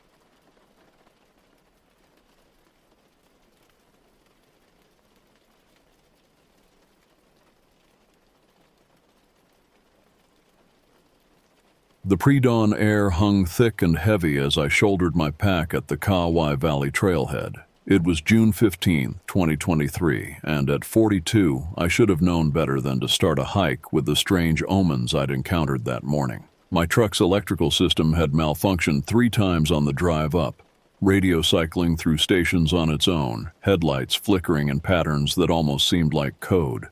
The usually bustling morning birds were eerily silent, and even my coffee had tasted wrong, like earth and copper. But 2 decades of hiking these trails had bred a familiarity that bordered on arrogance. I adjusted the worn leather pack against my back, double-checking my supplies: 2 liters of water, high-protein trail mix, first aid kit, emergency flares, and my satellite phone, though cell service was notoriously unreliable in the valley's deeper regions. The brass compass hanging from my neck seemed unusually cold against my skin. A graduation gift from my mother 20 years ago, it had never failed me, even when modern GPS units lost their signals in the valley's mysterious magnetic anomalies. The leather cord had been replaced countless times, but the compass itself remained as reliable as the day she'd given it to me, or at least it had been until today. As I conducted my usual compass check before starting down the trail, the needle spun wildly, making complete rotations before stopping at a point that absolutely wasn't north. I tapped the glass, frowning. The needle jumped again, then settled, pointing directly into the valley's heart, about 47 degrees off from true north. I blamed it on the area's known magnetic peculiarities and made a mental note to get it checked when I returned. The trail started its descent through a stand of ancient ohia lehua trees, their crimson blossoms unusually abundant for this time of year. The flowers seemed to pulse slightly in the pre-dawn light, like dying embers or beating hearts. A light mist clung to the ground, swirling around my boots in ways that defied the still air. The first mile was deceptively normal, though the silence pressed against my ears like cotton wool. No bird songs, no insect buzzing, not even the usual rustle of leaves in the wind. Just the crunch of my boots on the trail and my increasingly deliberate breathing. The humidity was oppressive, making each breath feel like drinking warm soup. Around the 2nd mile marker, a carved wooden post that I could have sworn had different symbols on it than yesterday, I noticed the first truly wrong thing: my boot prints in the muddy trail ahead of me, fresh ones, leading down the path I hadn't taken yet. I stopped, studying them carefully. The tread pattern matched my hiking boots exactly, down to the distinctive wear pattern on the right heel where I'd stepped on a nail last month. But that was impossible. I was the first hiker on the trail today. I'd checked the log at the ranger station. As I stood there puzzling over the prints, a sound echoed through the valley. Something between a bird call and a human scream, but distorted, as if played backwards. It seemed to come from everywhere and nowhere at once. The mist thickened, taking on a slightly reddish tinge. I felt a sudden, overwhelming urge to turn back. Every instinct honed by years of wilderness experience screamed danger. But something else pulled at me. A compulsion to continue that felt external, like a hook behind my sternum drawing me deeper into the valley. The vegetation grew denser as I descended, but wrong somehow. Ferns that should have been green displayed subtle patterns of deep purple and blue when you looked at them from the corner of your eye. Vines seemed to retract just before I could touch them, and more than once I swore I saw them moving against gravity. The trail itself began to feel uncertain under my feet. Steps that looked solid would suddenly give way to unsettling softness, while apparent mud patches proved mysteriously firm. The slope's angle seemed to change between blinks, sometimes feeling like I was walking downhill, sometimes up, even though I knew I was descending steadily into the valley. 3 hours in, I found the first piece of trash, a red plastic cup half buried in the mud. But something was wrong with it. The plastic looked too old, degraded in ways that shouldn't be possible for something recently discarded. When I picked it up, the material felt warm and slightly pulsing like living tissue. I dropped it immediately, but when it hit the ground, it made a sound like distant laughter. More debris appeared along the trail, beer bottles filled with liquid that wasn't beer, moving shadows visible through the glass. Aluminum cans crushed into impossible shapes, some forming patterns that resembled ancient Hawaiian petroglyphs. A discarded phone with its screen cracked in a fractal pattern that seemed to extend deeper than the phone's thickness should allow. I collected the trash as I always did, following my mother's teaching to leave places better than I found them. But each piece added weight to my pack that didn't match its size. By the 4th hour of hiking, my shoulders ached as if I were carrying stones instead of empty containers. The deeper I went, the more the valley seemed to warp around me. Time became fluid. My watch would show 9:15 a.m. for 20 minutes, then suddenly jump to 2:45 p.m., then back to 10:23 a.m. The sun, visible through breaks in the canopy, appeared to jump positions in the sky, sometimes shining from impossible angles. I began to hear music, faint at first, like a radio playing from a great distance. But as I continued down the trail, the sound clarified into something that made my skin crawl. It was technically music, yes, a heavy bass line and synthetic beats, but layered over it was something else. Chanting in a language that sounded ancient, voices that seemed to come from throats not meant for human speech. The waterfall was close now. I could hear its thunder growing louder. But the sound wasn't right either. The rhythm of falling water seemed to form words just on the edge of comprehension, like a conversation in a language I should know but couldn't quite remember. As I approached the final bend before the waterfall clearing, I smelled wood smoke and cooking meat. Voices carried on the heavy air, young, drunk, loud. But underneath their laughter was another sound, a deeper rhythmic chanting that seemed to come from the earth itself. I paused at the trail's edge, hidden behind a curtain of ferns that seemed to pulse in time with my heartbeat. Through the fronds, I could see 5 figures around a makeshift campsite near the waterfall's base. They were young, early 20s probably, and from their expensive but inappropriate hiking gear and the way they moved through the space, I could tell they were tourists who had no business being this deep in the valley. But something else was wrong with the scene. The waterfall behind them seemed to flow at different speeds in different sections, sometimes appearing to move upward. Shadows around their campsite didn't fall in the right directions, and occasionally, when none of them were looking, their belongings would shift positions slightly, as if moved by invisible hands. What happened next would challenge everything I thought I knew about these islands, about reality itself, and about the ancient powers that still patrol these sacred spaces, enforcing laws far older than anything written in human books. I studied the group through the ferns, which now seemed to be arranging themselves to give me a clearer view, their fronds moving with deliberate purpose. The 5 tourists were sprawled around their campsite, which looked like a wound in the ancient landscape. Their expensive gear, probably purchased specifically for this trip, was scattered carelessly across sacred ground that had once been kapu, forbidden to all but the most holy of Hawaiian priests. The tallest of the men, who I would come to think of as the marked one, bore a fresh tribal tattoo that seemed to writhe on his skin when he moved. Not the subtle shift of muscles under ink, but something more disturbing. As if the patterns were trying to rearrange themselves into different shapes, ancient symbols bleeding through the modern design. The 2 women sat on a fallen log that I knew hadn't been there yesterday. One wore pristine white shorts that somehow remained unblemished despite the mud and vegetation. The other clutched a beer bottle, but I noticed she never actually drank from it, just lifted it to her lips and pretended, as if afraid of what might actually be inside. Their Bluetooth speaker pumped out distorted music that seemed to skip and stutter in patterns that made my teeth ache.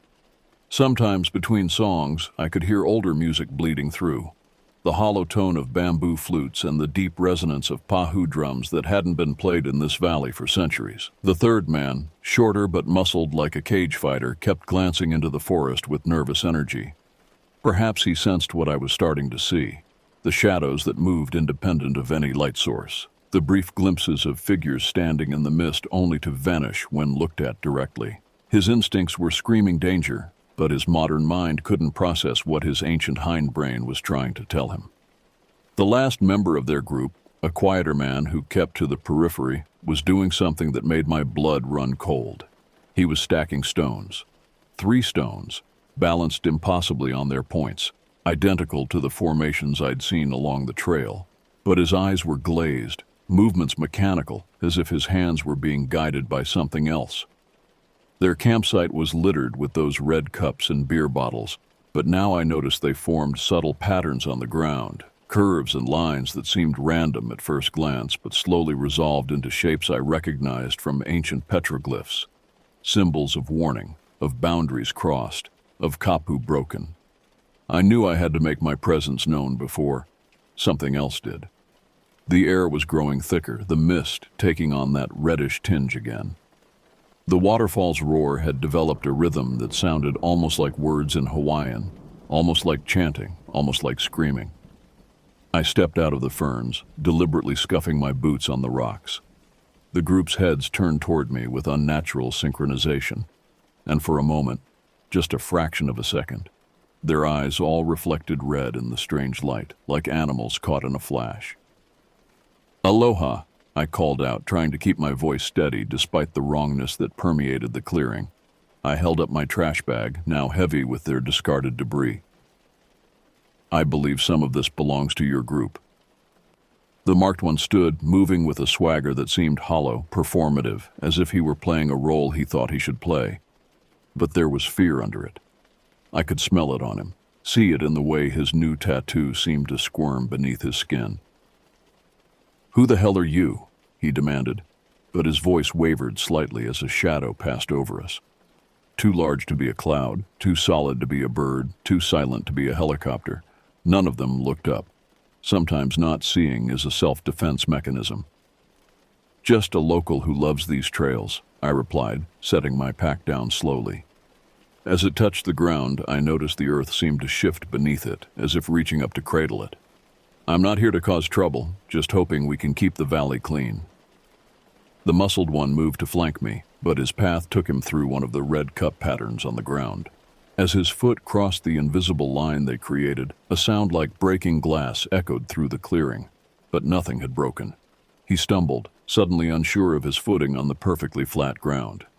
"What are you, some kind of park ranger?" the marked one slurred, but his words seemed to echo strangely, as if multiple voices were speaking almost, but not quite, in sync. "No, nothing official," I said, still holding up the bag. "But this is sacred ground you're standing on. Our ancestors considered this valley kapu, forbidden to enter without proper respect. The least we can do is not leave our trash behind." As I spoke those words, the air grew suddenly heavy, as if the valley itself was holding its breath. The waterfall's roar dimmed to a whisper, and in the sudden quiet, we could all hear it. The sound of footsteps in the forest. Heavy footsteps, much too heavy to be human, moving with deliberate purpose through the undergrowth that surrounded the clearing. The marked one's face darkened at my mention of kapu, but something else darkened with it. The shadows around him seemed to deepen, to move against the light in ways that shadows shouldn't. His tattoo was definitely moving now, the tribal patterns flowing like black water under his skin, occasionally forming ancient Hawaiian symbols before dissolving back into meaningless curves. "Sacred ground? Man, this is public land. We can do whatever the hell we want here." His words hung in the air like smoke, and for a moment the waterfall seemed to pause, countless gallons of water freezing in mid-fall.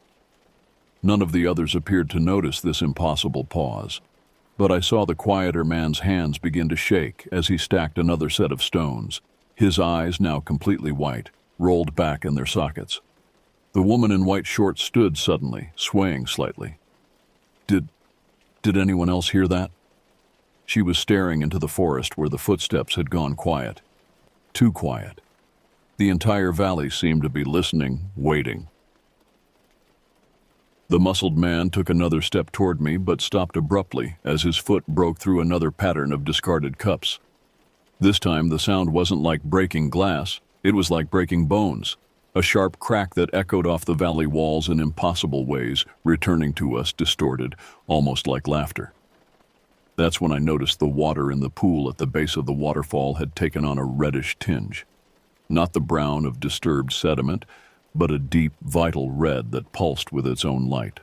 The woman with the beer bottle saw it too. She finally took a drink, then dropped the bottle with a scream.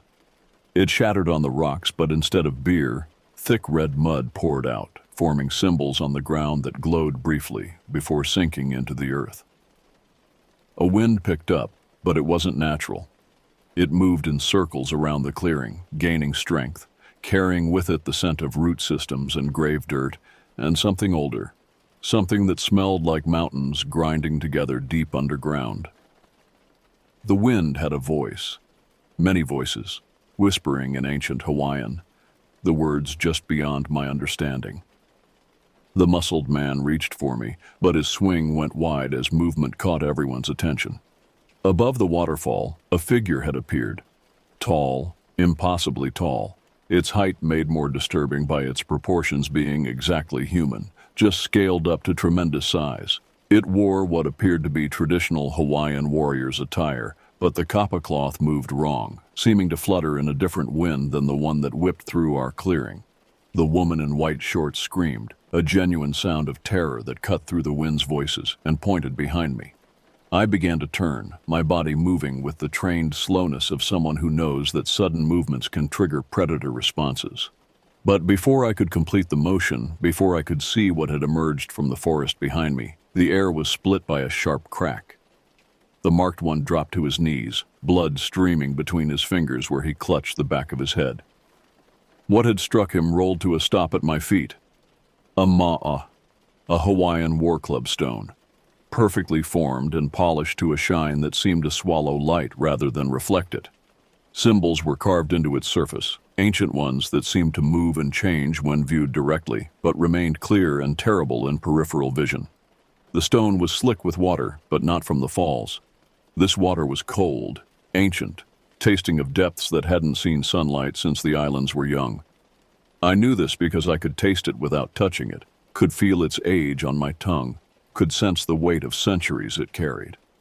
More figures were appearing now, emerging from behind trees that weren't thick enough to have hidden them, stepping out of shadows too shallow to have contained them. They were all enormous, all dressed in ancient Hawaiian warrior garb, all moving with a fluid grace that seemed to ignore the normal constraints of human movement. The group's Bluetooth speaker erupted in a squeal of static, then began playing something that wasn't in its memory. The deep boom of pahu drums and the hollow voices of bamboo flutes, overlaid with chanting that made the modern concrete foundations of my scientific worldview crack and crumble. The warriors, if that's what they were, had formed a circle around the clearing, each at least 12 feet tall, their features hidden behind ancient war masks that seemed to shift between wood, stone, and living flesh. The spaces between them were filled with moving shadows that suggested even more figures, these ones twisted into shapes that the human mind refused to fully process. The quiet man who had been stacking stones suddenly spoke, but his voice wasn't his own. Deep and resonant, it contained multiple tones, as if many voices were speaking in perfect unison. The words were in Hawaiian, ancient Hawaiian, but somehow I understood them. You have broken the kapu. The valley demands payment. His eyes were still rolled back, showing only whites, and dark tears of what looked like mud streaked down his face. The stones he'd been stacking began to vibrate, then shattered into fine dust that hung in the air, forming complex symbols that glowed with an inner light before being absorbed into his skin. The muscled man broke first, turning to run down the trail. He made it 3 steps before the ground beneath his feet became fluid like quicksand, but thick and red. He sank to his knees before anyone could react. The earth made a sound like swallowing. "Stop!" I shouted, my voice carrying more authority than I felt. "There's a protocol, a way to make this right." I was speaking from instinct, from half-remembered stories my grandmother had told me, from knowledge that seemed to bubble up from somewhere deep in my ancestral memory. The warriors turned their masked faces toward me in perfect synchronization. The wind died completely, leaving us in a pocket of absolute silence. Even the waterfall had gone quiet, its waters now flowing upward, defying gravity, as reality continued to break down around us. The marked one was still on his knees, blood running down his neck, but the blood was moving wrong, flowing upward against his skin, being absorbed back into the wound. His tattoo had completely transformed now, the modern tribal design replaced by authentic Hawaiian patterns that spelled out his transgressions in an ancient script. "I'd take responsibility for them," I said, the words coming from somewhere beyond conscious thought. "I will ensure the protocols are followed. The valley will be cleaned. The proper respects will be paid." The woman in white shorts had begun to float slightly, her feet several inches off the ground. Her pristine shorts were now covered in symbols that appeared to have been there for centuries, the white fabric aged and stained with designs that told stories of ancient judgments and forgotten punishments. The giant warrior directly in front of me took a step forward. The ground shook with the impact, and cracks spread outward from his foot, glowing with the same red light that now pulsed through the waterfall. When he spoke, his voice was like volcanic rocks grinding together. "You claim the right of intervention?" A massive hand reached up, removing his mask. What lay beneath was not a face, but rather a swirling void filled with stars and ancient constellations that had different names now. "By what authority?"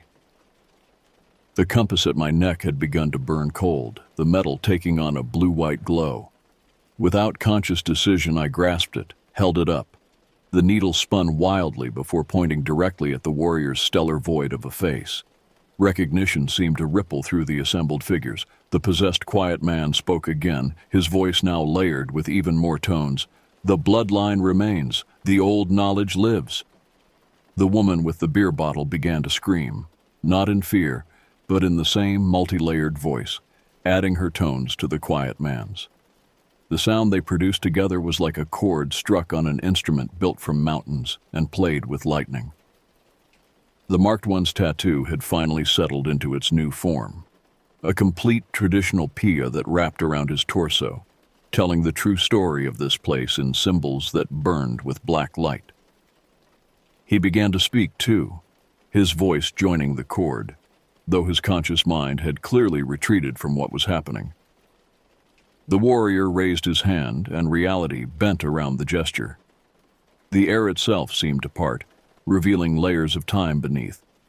Glimpses of this same clearing through the centuries, occupied by different figures, different ceremonies, different judgments. In some layers, the waterfall flowed with light instead of water. In others, the ground was covered with offerings that writhed and pulsed with their own inner life. "The old blood speaks," the warrior said, stars wheeling in the void where his face should be. "But blood alone is not enough. Knowledge must be proven. Power must be earned."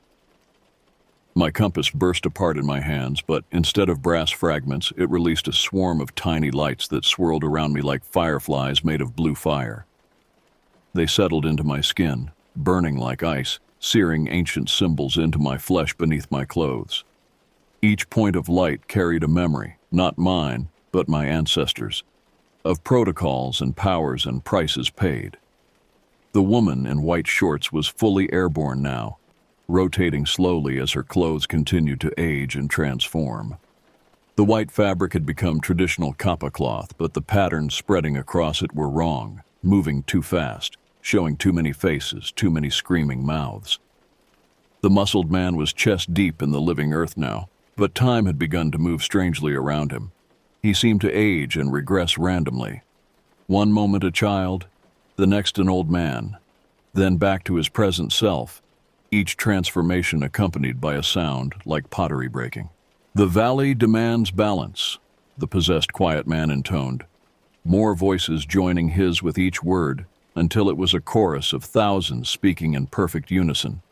"Blood spilled must be answered, sacred spaces defiled must be cleansed, the old ways must be honored. The marked one's new tattoos had begun to move again, but now they were crawling off his skin, becoming three-dimensional, reaching out into the air like black tentacles made of living ink. They formed shapes in the space above him, scenes from ancient Hawaii, battles and ceremonies, sacrifices and celebrations. My skin felt too tight, as if something was trying to emerge from inside me. The memories burned by the compass lights were integrating themselves into my consciousness, showing me things that no living human was meant to remember. I saw the valley's true purpose, not just a place of beauty, but a nexus, a point where the ancient powers of Hawaii remained raw and untamed. The woman with the beer bottle had collapsed, but her shadow remained standing, growing taller, spreading out to join the shadows of the warriors. Her body began to sink into the ground, but unlike the muscled man's violent submergence, she descended gently, as if being accepted rather than consumed. The warrior gestured again, and reality buckled. The waterfall split into multiple streams, each flowing in a different direction, some defying gravity, others flowing through time rather than space. Between the streams, I could see other clearings, other groups being judged, other guardians enforcing other laws. The boundaries between past and present, between physical and spiritual, were dissolving. "Choose," the warrior commanded, his voice shaking the mountains themselves. "Choose who will pay the price. Choose who will carry the burden. Choose who will remember." The knowledge burned into me by the compass showed me what he meant. Someone had to be marked as a keeper of this place, bound to it, responsible for its protection, forever changed by its power. The modern world had forgotten these obligations, but the ancient powers hadn't forgotten their right to demand them. The marked one's living tattoos had fully separated from his skin now, dancing in the air like auroras made of darkness. They began to reach toward me, carrying more knowledge, more memories, more power, but also a terrible responsibility. Around us, the circle of warriors began to move, not stepping, but gliding, creating a slow rotation that made the stars visible through their void faces blur into streaks of light. The quiet man's chant had grown so complex that it was distorting the air around him, creating ripples in reality through which other versions of the clearing could be seen, some beautiful, some terrible, all sacred in their own way. His eyes had begun to glow with the same starlight that filled the warriors' masks. The choice was made in a moment of clarity between heartbeats. The ancient knowledge flowing through me showed the pattern, the price, the purpose. I stepped forward into the circle of living tattoos that had risen from the marked one's skin. They struck like serpents, burning into my flesh with a cold fire that reached past bone and muscle to touch something deeper.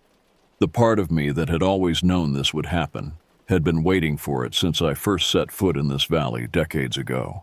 The muscled man vanished completely into the earth with a sound like a closing tomb. His final scream cut off abruptly, replaced by a deep resonance that seemed to come from the island itself. The ground where he'd disappeared hardened instantly, leaving behind a perfect petroglyph carved into stone, a warning to future trespassers. The woman in white shorts descended slowly, her clothes now completely transformed into ancient kapa cloth covered in living symbols. When her feet touched the ground, she collapsed like a puppet with cut strings, but her shadow remained upright, stretching to join the warrior's circle. Reality cracked further. The waterfall separated into 1,000 streams, each flowing through a different time, different dimension. Through the gaps between the water, I glimpsed ancient ceremonies, future warnings, eternal moments where the valley's guardians had enacted their judgments across centuries.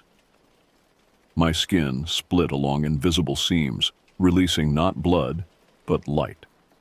The same starlight that filled the warriors' masks. The tattoos from the marked one writhed and merged with this light, forming new patterns that told the valley's true story, its laws, its demands. My bones hummed with ancient frequencies, resonating with chants that had never stopped being sung in the deep places. The quiet man's voice had become a vortex of sound, pulling in all other noises until even the warrior's movements became silent. His chant spoke of obligations older than the islands themselves, of powers that had ridden the lava flows up from Earth's core, of contracts written in stone and blood and starlight. The woman with the beer bottle's body had fully merged with the earth, but her consciousness expanded outward, becoming part of the valley's awareness. I could feel her thoughts dissolving into the greater pattern, adding her story to the countless others held in the land's memory. The marked one screamed as his modern tattoo was completely consumed, replaced by a true marking that would forever remind him of this day. He would live, would return to the modern world, but would carry a visible warning to others who might think to disrespect the sacred places. The warrior with the void face reached out with a hand large enough to crush me. Instead, it passed through my chest, connecting directly with whatever ancestral spark had recognized this power. Knowledge flooded in, generations of secrets, protocols, true names of places and powers. My consciousness expanded to fill the entire valley, touching every root and stone, feeling the weight of centuries press against my awareness. The transformation burned through me like lightning through a storm cloud. I was becoming something else, something both more and less than human. The valley's power rewrote me on a molecular level, changing not just what I was, but what I had always been. Past and future aligned, showing me my true purpose. I had not discovered this power. It had grown me to be its vessel. Time fractured around us. Through the cracks I could see my own past visits to this valley, now understanding they had all been tests, preparation for this moment. I saw future visits too, where I would stand guard, enforcing the old laws, protecting the balance between worlds. The circle of warriors began to spin faster, their forms blurring into a wall of living shadow and ancient starlight. The void-faced one spoke one final time, his words carving themselves into my transformed flesh. The valley accepts your offering. The balance is restored. The kapu will be maintained. Reality snapped back like a rubber band, the clearing returning to apparent normalcy. But everything had changed. The remaining tourists lay unconscious on the ground, their memories already being rewritten by powers that had millennia of practice at hiding their existence. The waterfall flowed normally again, but I could now see the patterns in it, could read the messages in its motion. I had become something new, something ancient, something necessary. The valley's power thrummed through me like a second heartbeat. There would be other groups, other trespassers, other choices to be made. The old powers had reclaimed their territory, and I was now their agent, their guardian, their warning. The first law of power is that it demands to be used. The second is that it always requires payment. I had paid with my humanity, or at least pieces of it. But I had gained something else, something that had been waiting in my blood since my ancestors first set foot on these islands. The modern world could forget the old powers, but the old powers never forgot themselves. And now, neither would I. The sun shifted, casting light through leaves that now responded to my will rather than the wind's. The surviving tourists would wake soon, their minds carefully edited by powers older than thought. But first, there was the matter of my transformation to complete. The warrior circle began to collapse inward, each massive figure dissolving into streams of living shadow that poured into me like liquid night. With each absorption, I gained their knowledge, centuries of guardianship, millennia of secrets. I learned the true names of every stone in the valley, the ancient words that could turn air solid and make water burn, the songs that could call mountains from their sleep. My compass had reformed around my neck, but it was no longer mere brass. The metal had become something older than human metallurgy, something that had been pulled from the core of the first island to rise from the sea. The needle no longer pointed north. It pointed to wherever balance needed to be restored.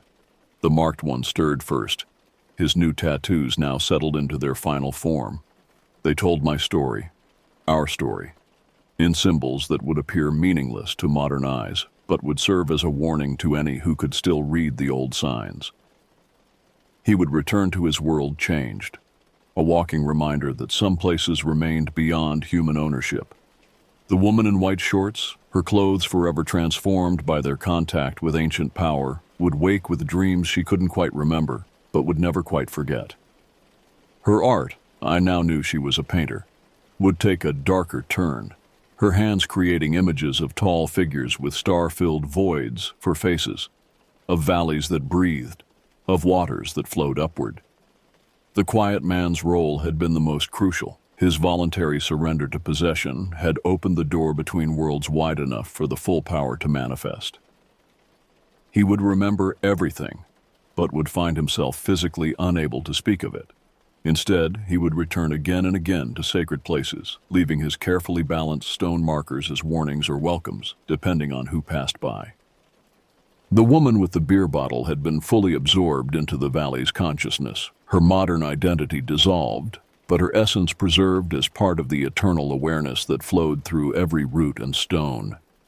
She had become part of the power that would fuel future judgments, future transformations, future restorations of balance.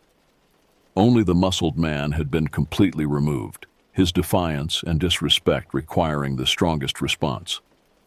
The earth had taken him, but not to death. He would emerge years later, changed and humbled, in another sacred place that needed a guardian. The valley was not cruel, but it was absolute in its requirements. I felt my body continuing to change at the molecular level. My bones became something denser than mere calcium. My blood now carried starlight along with oxygen. My eyes could see through time as easily as through space. The transformation wasn't painful anymore. Pain requires limitations, and I was becoming something beyond normal physical constraints. The ancient powers settled into my altered flesh like well-worn clothing, comfortable but weighted with responsibility. I could feel every root in the valley, every drop of water, every grain of volcanic soil. More than that, I could feel the threads of power that connected this place to others like it, a web of sacred spaces that still hummed with the old frequencies, still maintained the balance between worlds. The sun reached its zenith, and with its peak, my transformation completed.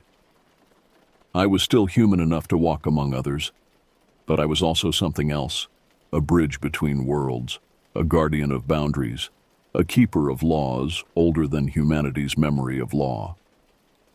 The tourists began to wake, their memories carefully reconstructed to explain their injuries and exhaustion as the results of a simple hiking accident. They would leave changed, marked in subtle ways that only other guardians would recognize.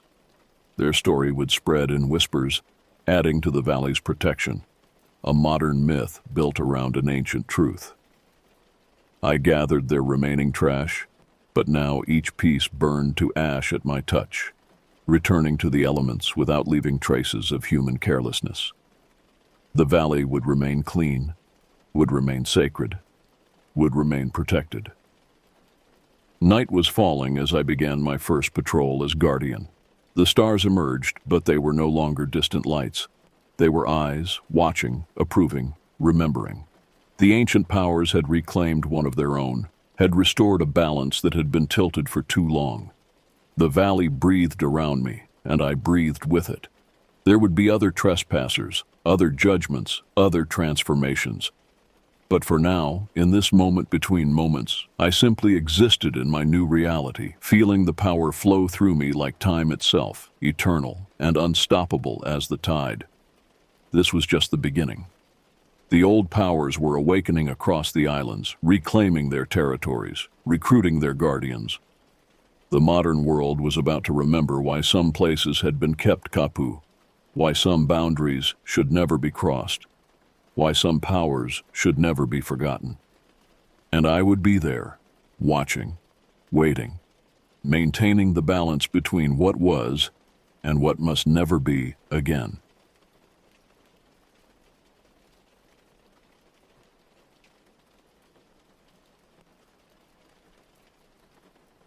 The memory still haunts me, even now.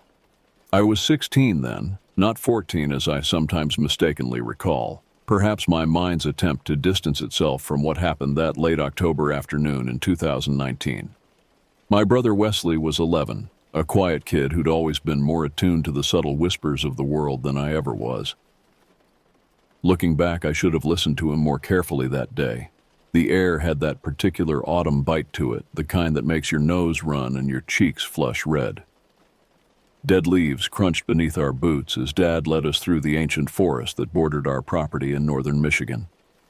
The sun was already low, painting the skeletal branches above us in shades of burnt orange and blood red. We'd done this trek dozens of times before. It was our tradition, heading out for the evening hunt when the deer were most active. I remember checking my watch, 4:47 p.m. Sunset would be around 6:15. We had time, but not much. Dad carried his trusted Remington 700, the same rifle he'd used for 20 years. I had my smaller .243 Winchester, and Wesley, too young to hunt, carried only his binoculars and that worn notebook he always kept in his jacket pocket. The first warning came about 15 minutes into our hike. Wesley's hand suddenly clamped onto my sleeve, his fingers digging in with surprising strength. "Did you see that?" he whispered, his voice trembling slightly. His eyes were fixed on a point between two ancient oaks about 30 yards ahead. I followed his gaze but saw nothing except the endless maze of trees and the growing shadows between them. "Probably just a branch moving in the wind," I said, trying to sound reassuring. But there was no wind that day. The forest was unnaturally still, as if holding its breath. Wesley's grip tightened. "No," he insisted. "It was wrong, like a person, but not." He swallowed hard. Its neck was too long. I shrugged off his hand, perhaps too roughly. "It's your imagination, Wes. Come on, we're falling behind Dad." I regret that moment more than almost anything else in my life. If I had only taken him seriously, if I had only listened. We continued walking, following Dad's silent footsteps as he led us deeper into the forest. The trees seemed to grow closer together here, their branches interweaving overhead until only occasional shafts of the dying sunlight penetrated the canopy. The temperature had dropped noticeably, and I could see my breath forming small clouds in front of my face. I was focused on watching Dad's back, trying to mirror his careful movements, when I realized something was wrong. The rhythm of footsteps behind me had changed. The familiar three-beat pattern of our walk had become a duet. I turned around, expecting to see Wesley just a few feet behind me.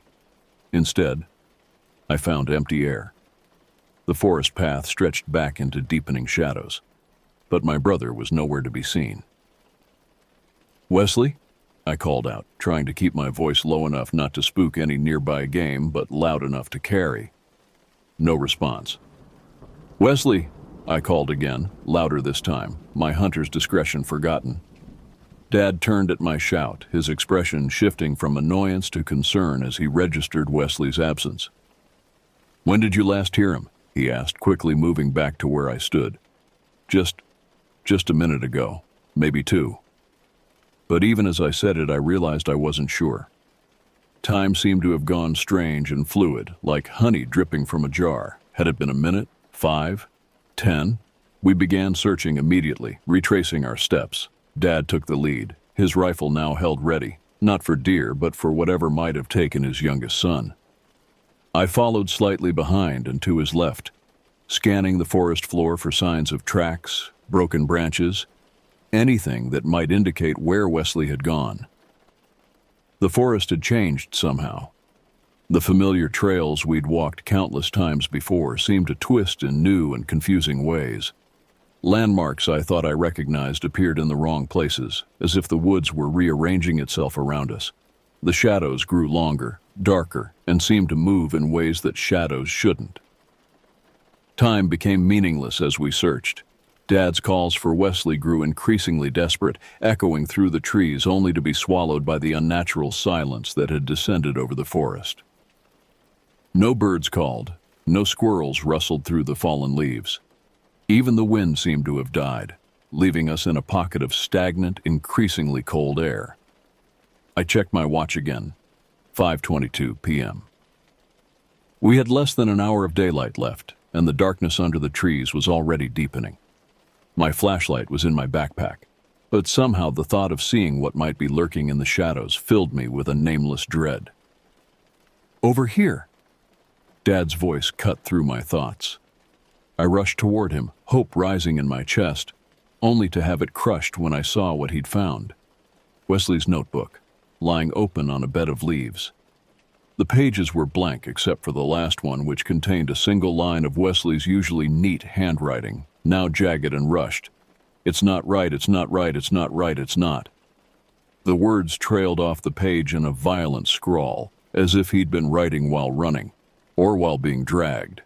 At 5:45 p.m., just as the last direct sunlight was fading from the forest, we found Wesley, or rather he found us. He simply walked out from behind a massive oak tree, as casual as if he'd just stepped away for a moment. But something was terribly wrong. His clothes were covered in thick black mud, despite there being no muddy areas anywhere near our hunting grounds. His eyes seemed somehow different, still his, but with something else looking out through them. "Wesley!" Dad rushed forward, grabbing him by the shoulders. "Son, where have you been? What happened?" Wesley looked at him with a strange, vacant expression. "I never left," he said, his voice flat and emotionless. "I've been with you the whole time." "No, you haven't," I said, stepping closer. "You've been gone for almost an hour. We've been searching everywhere. Your notebook." I held up the evidence of his disappearance. He glanced at the notebook without interest, as if it belonged to someone else. "I never left," he repeated. "I've always been here. I've always been here. I've always been here." Each repetition came in exactly the same tone, like a recording being played back. Dad made the decision to end the hunting trip immediately. The sun was nearly gone, and whatever had happened to Wesley needed to be addressed. We began the walk back to our truck, with Wesley between us this time. Every few minutes I caught him moving his head in strange, jerking motions, as if tracking something moving through the trees that only he could see. The walk back seemed to take much longer than it should have. The trails appeared different in the growing darkness, and more than once Dad had to consult his compass to confirm we were heading in the right direction. The temperature continued to drop, and an odd mist began to rise from the ground, swirling around our ankles like ghostly fingers. Wesley remained silent, except for occasional mumbling under his breath. When I managed to catch fragments of what he was saying, it made no sense. Numbers and words and sequences that had no apparent meaning, interspersed with phrases like the long neck and the watching ones. That night, Mom cleaned the mud off Wesley while Dad called the local hospital for advice. The mud had an odd, oily quality to it, and a strange smell that none of us could quite identify. It reminded me vaguely of rot and copper and something else. Something that made my nose burn and my eyes water. Wesley didn't resist being cleaned up, but he didn't help either. He just sat there, passive, occasionally tracking invisible movements with his eyes. When Mom asked him questions about what happened, he would only repeat, "I never left," in that same flat tone. He didn't eat dinner that night. When Dad insisted he try, Wesley simply stared at his plate and whispered, "The food is wrong now. Everything is wrong now." Over the next few weeks, Wesley slowly began to act more like himself, but there were subtle differences that only someone who knew him well would notice. His handwriting changed, became more angular, with strange flourishes that didn't seem entirely human. He stopped keeping his notebook, saying only that they didn't want him to write anymore. He developed new habits. Every night at exactly 3:17 a.m., he would wake up and stand at his window staring out into the darkness. When I asked him what he was looking at, he would say, "They're waiting. They're always waiting now." His drawings in art class at school changed too. His teacher called Mom, concerned about the recurring images he was producing. Tall, impossibly thin figures with elongated necks, standing among trees. Always watching, always waiting. 5 years have passed since that day in the woods. Wesley is 16 now, the same age I was when it happened. On the surface, he seems normal. He gets good grades, has friends, plays on the basketball team. But there are moments when the mask slips, and I catch glimpses of whatever came back wearing my brother's face. Sometimes, late at night, I hear him talking in his room. The voice that responds isn't his, and it doesn't sound human. The words are in no language I've ever heard, but they make my teeth ache and my vision blur. Dad sold his rifles and never went hunting again. The forest behind our house remains, but none of us go near it anymore. Sometimes when I look out my window at night, I see shapes moving between the trees. Tall, impossibly thin shapes with necks that bend in ways they shouldn't. Wesley says he never left us that day in the woods. Maybe he's right.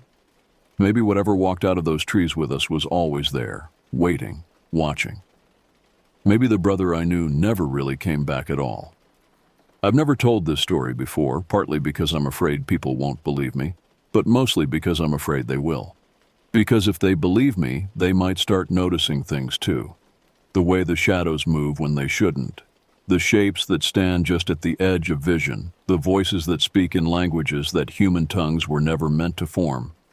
Once you start seeing these things, you can never stop. And they know when you've noticed them. They always know. Wesley told me something last night, something that made my blood run cold. He said, "They're spreading, you know. More of them every day. More of us every day." I don't know what he meant by us. I'm afraid I'll find out soon enough.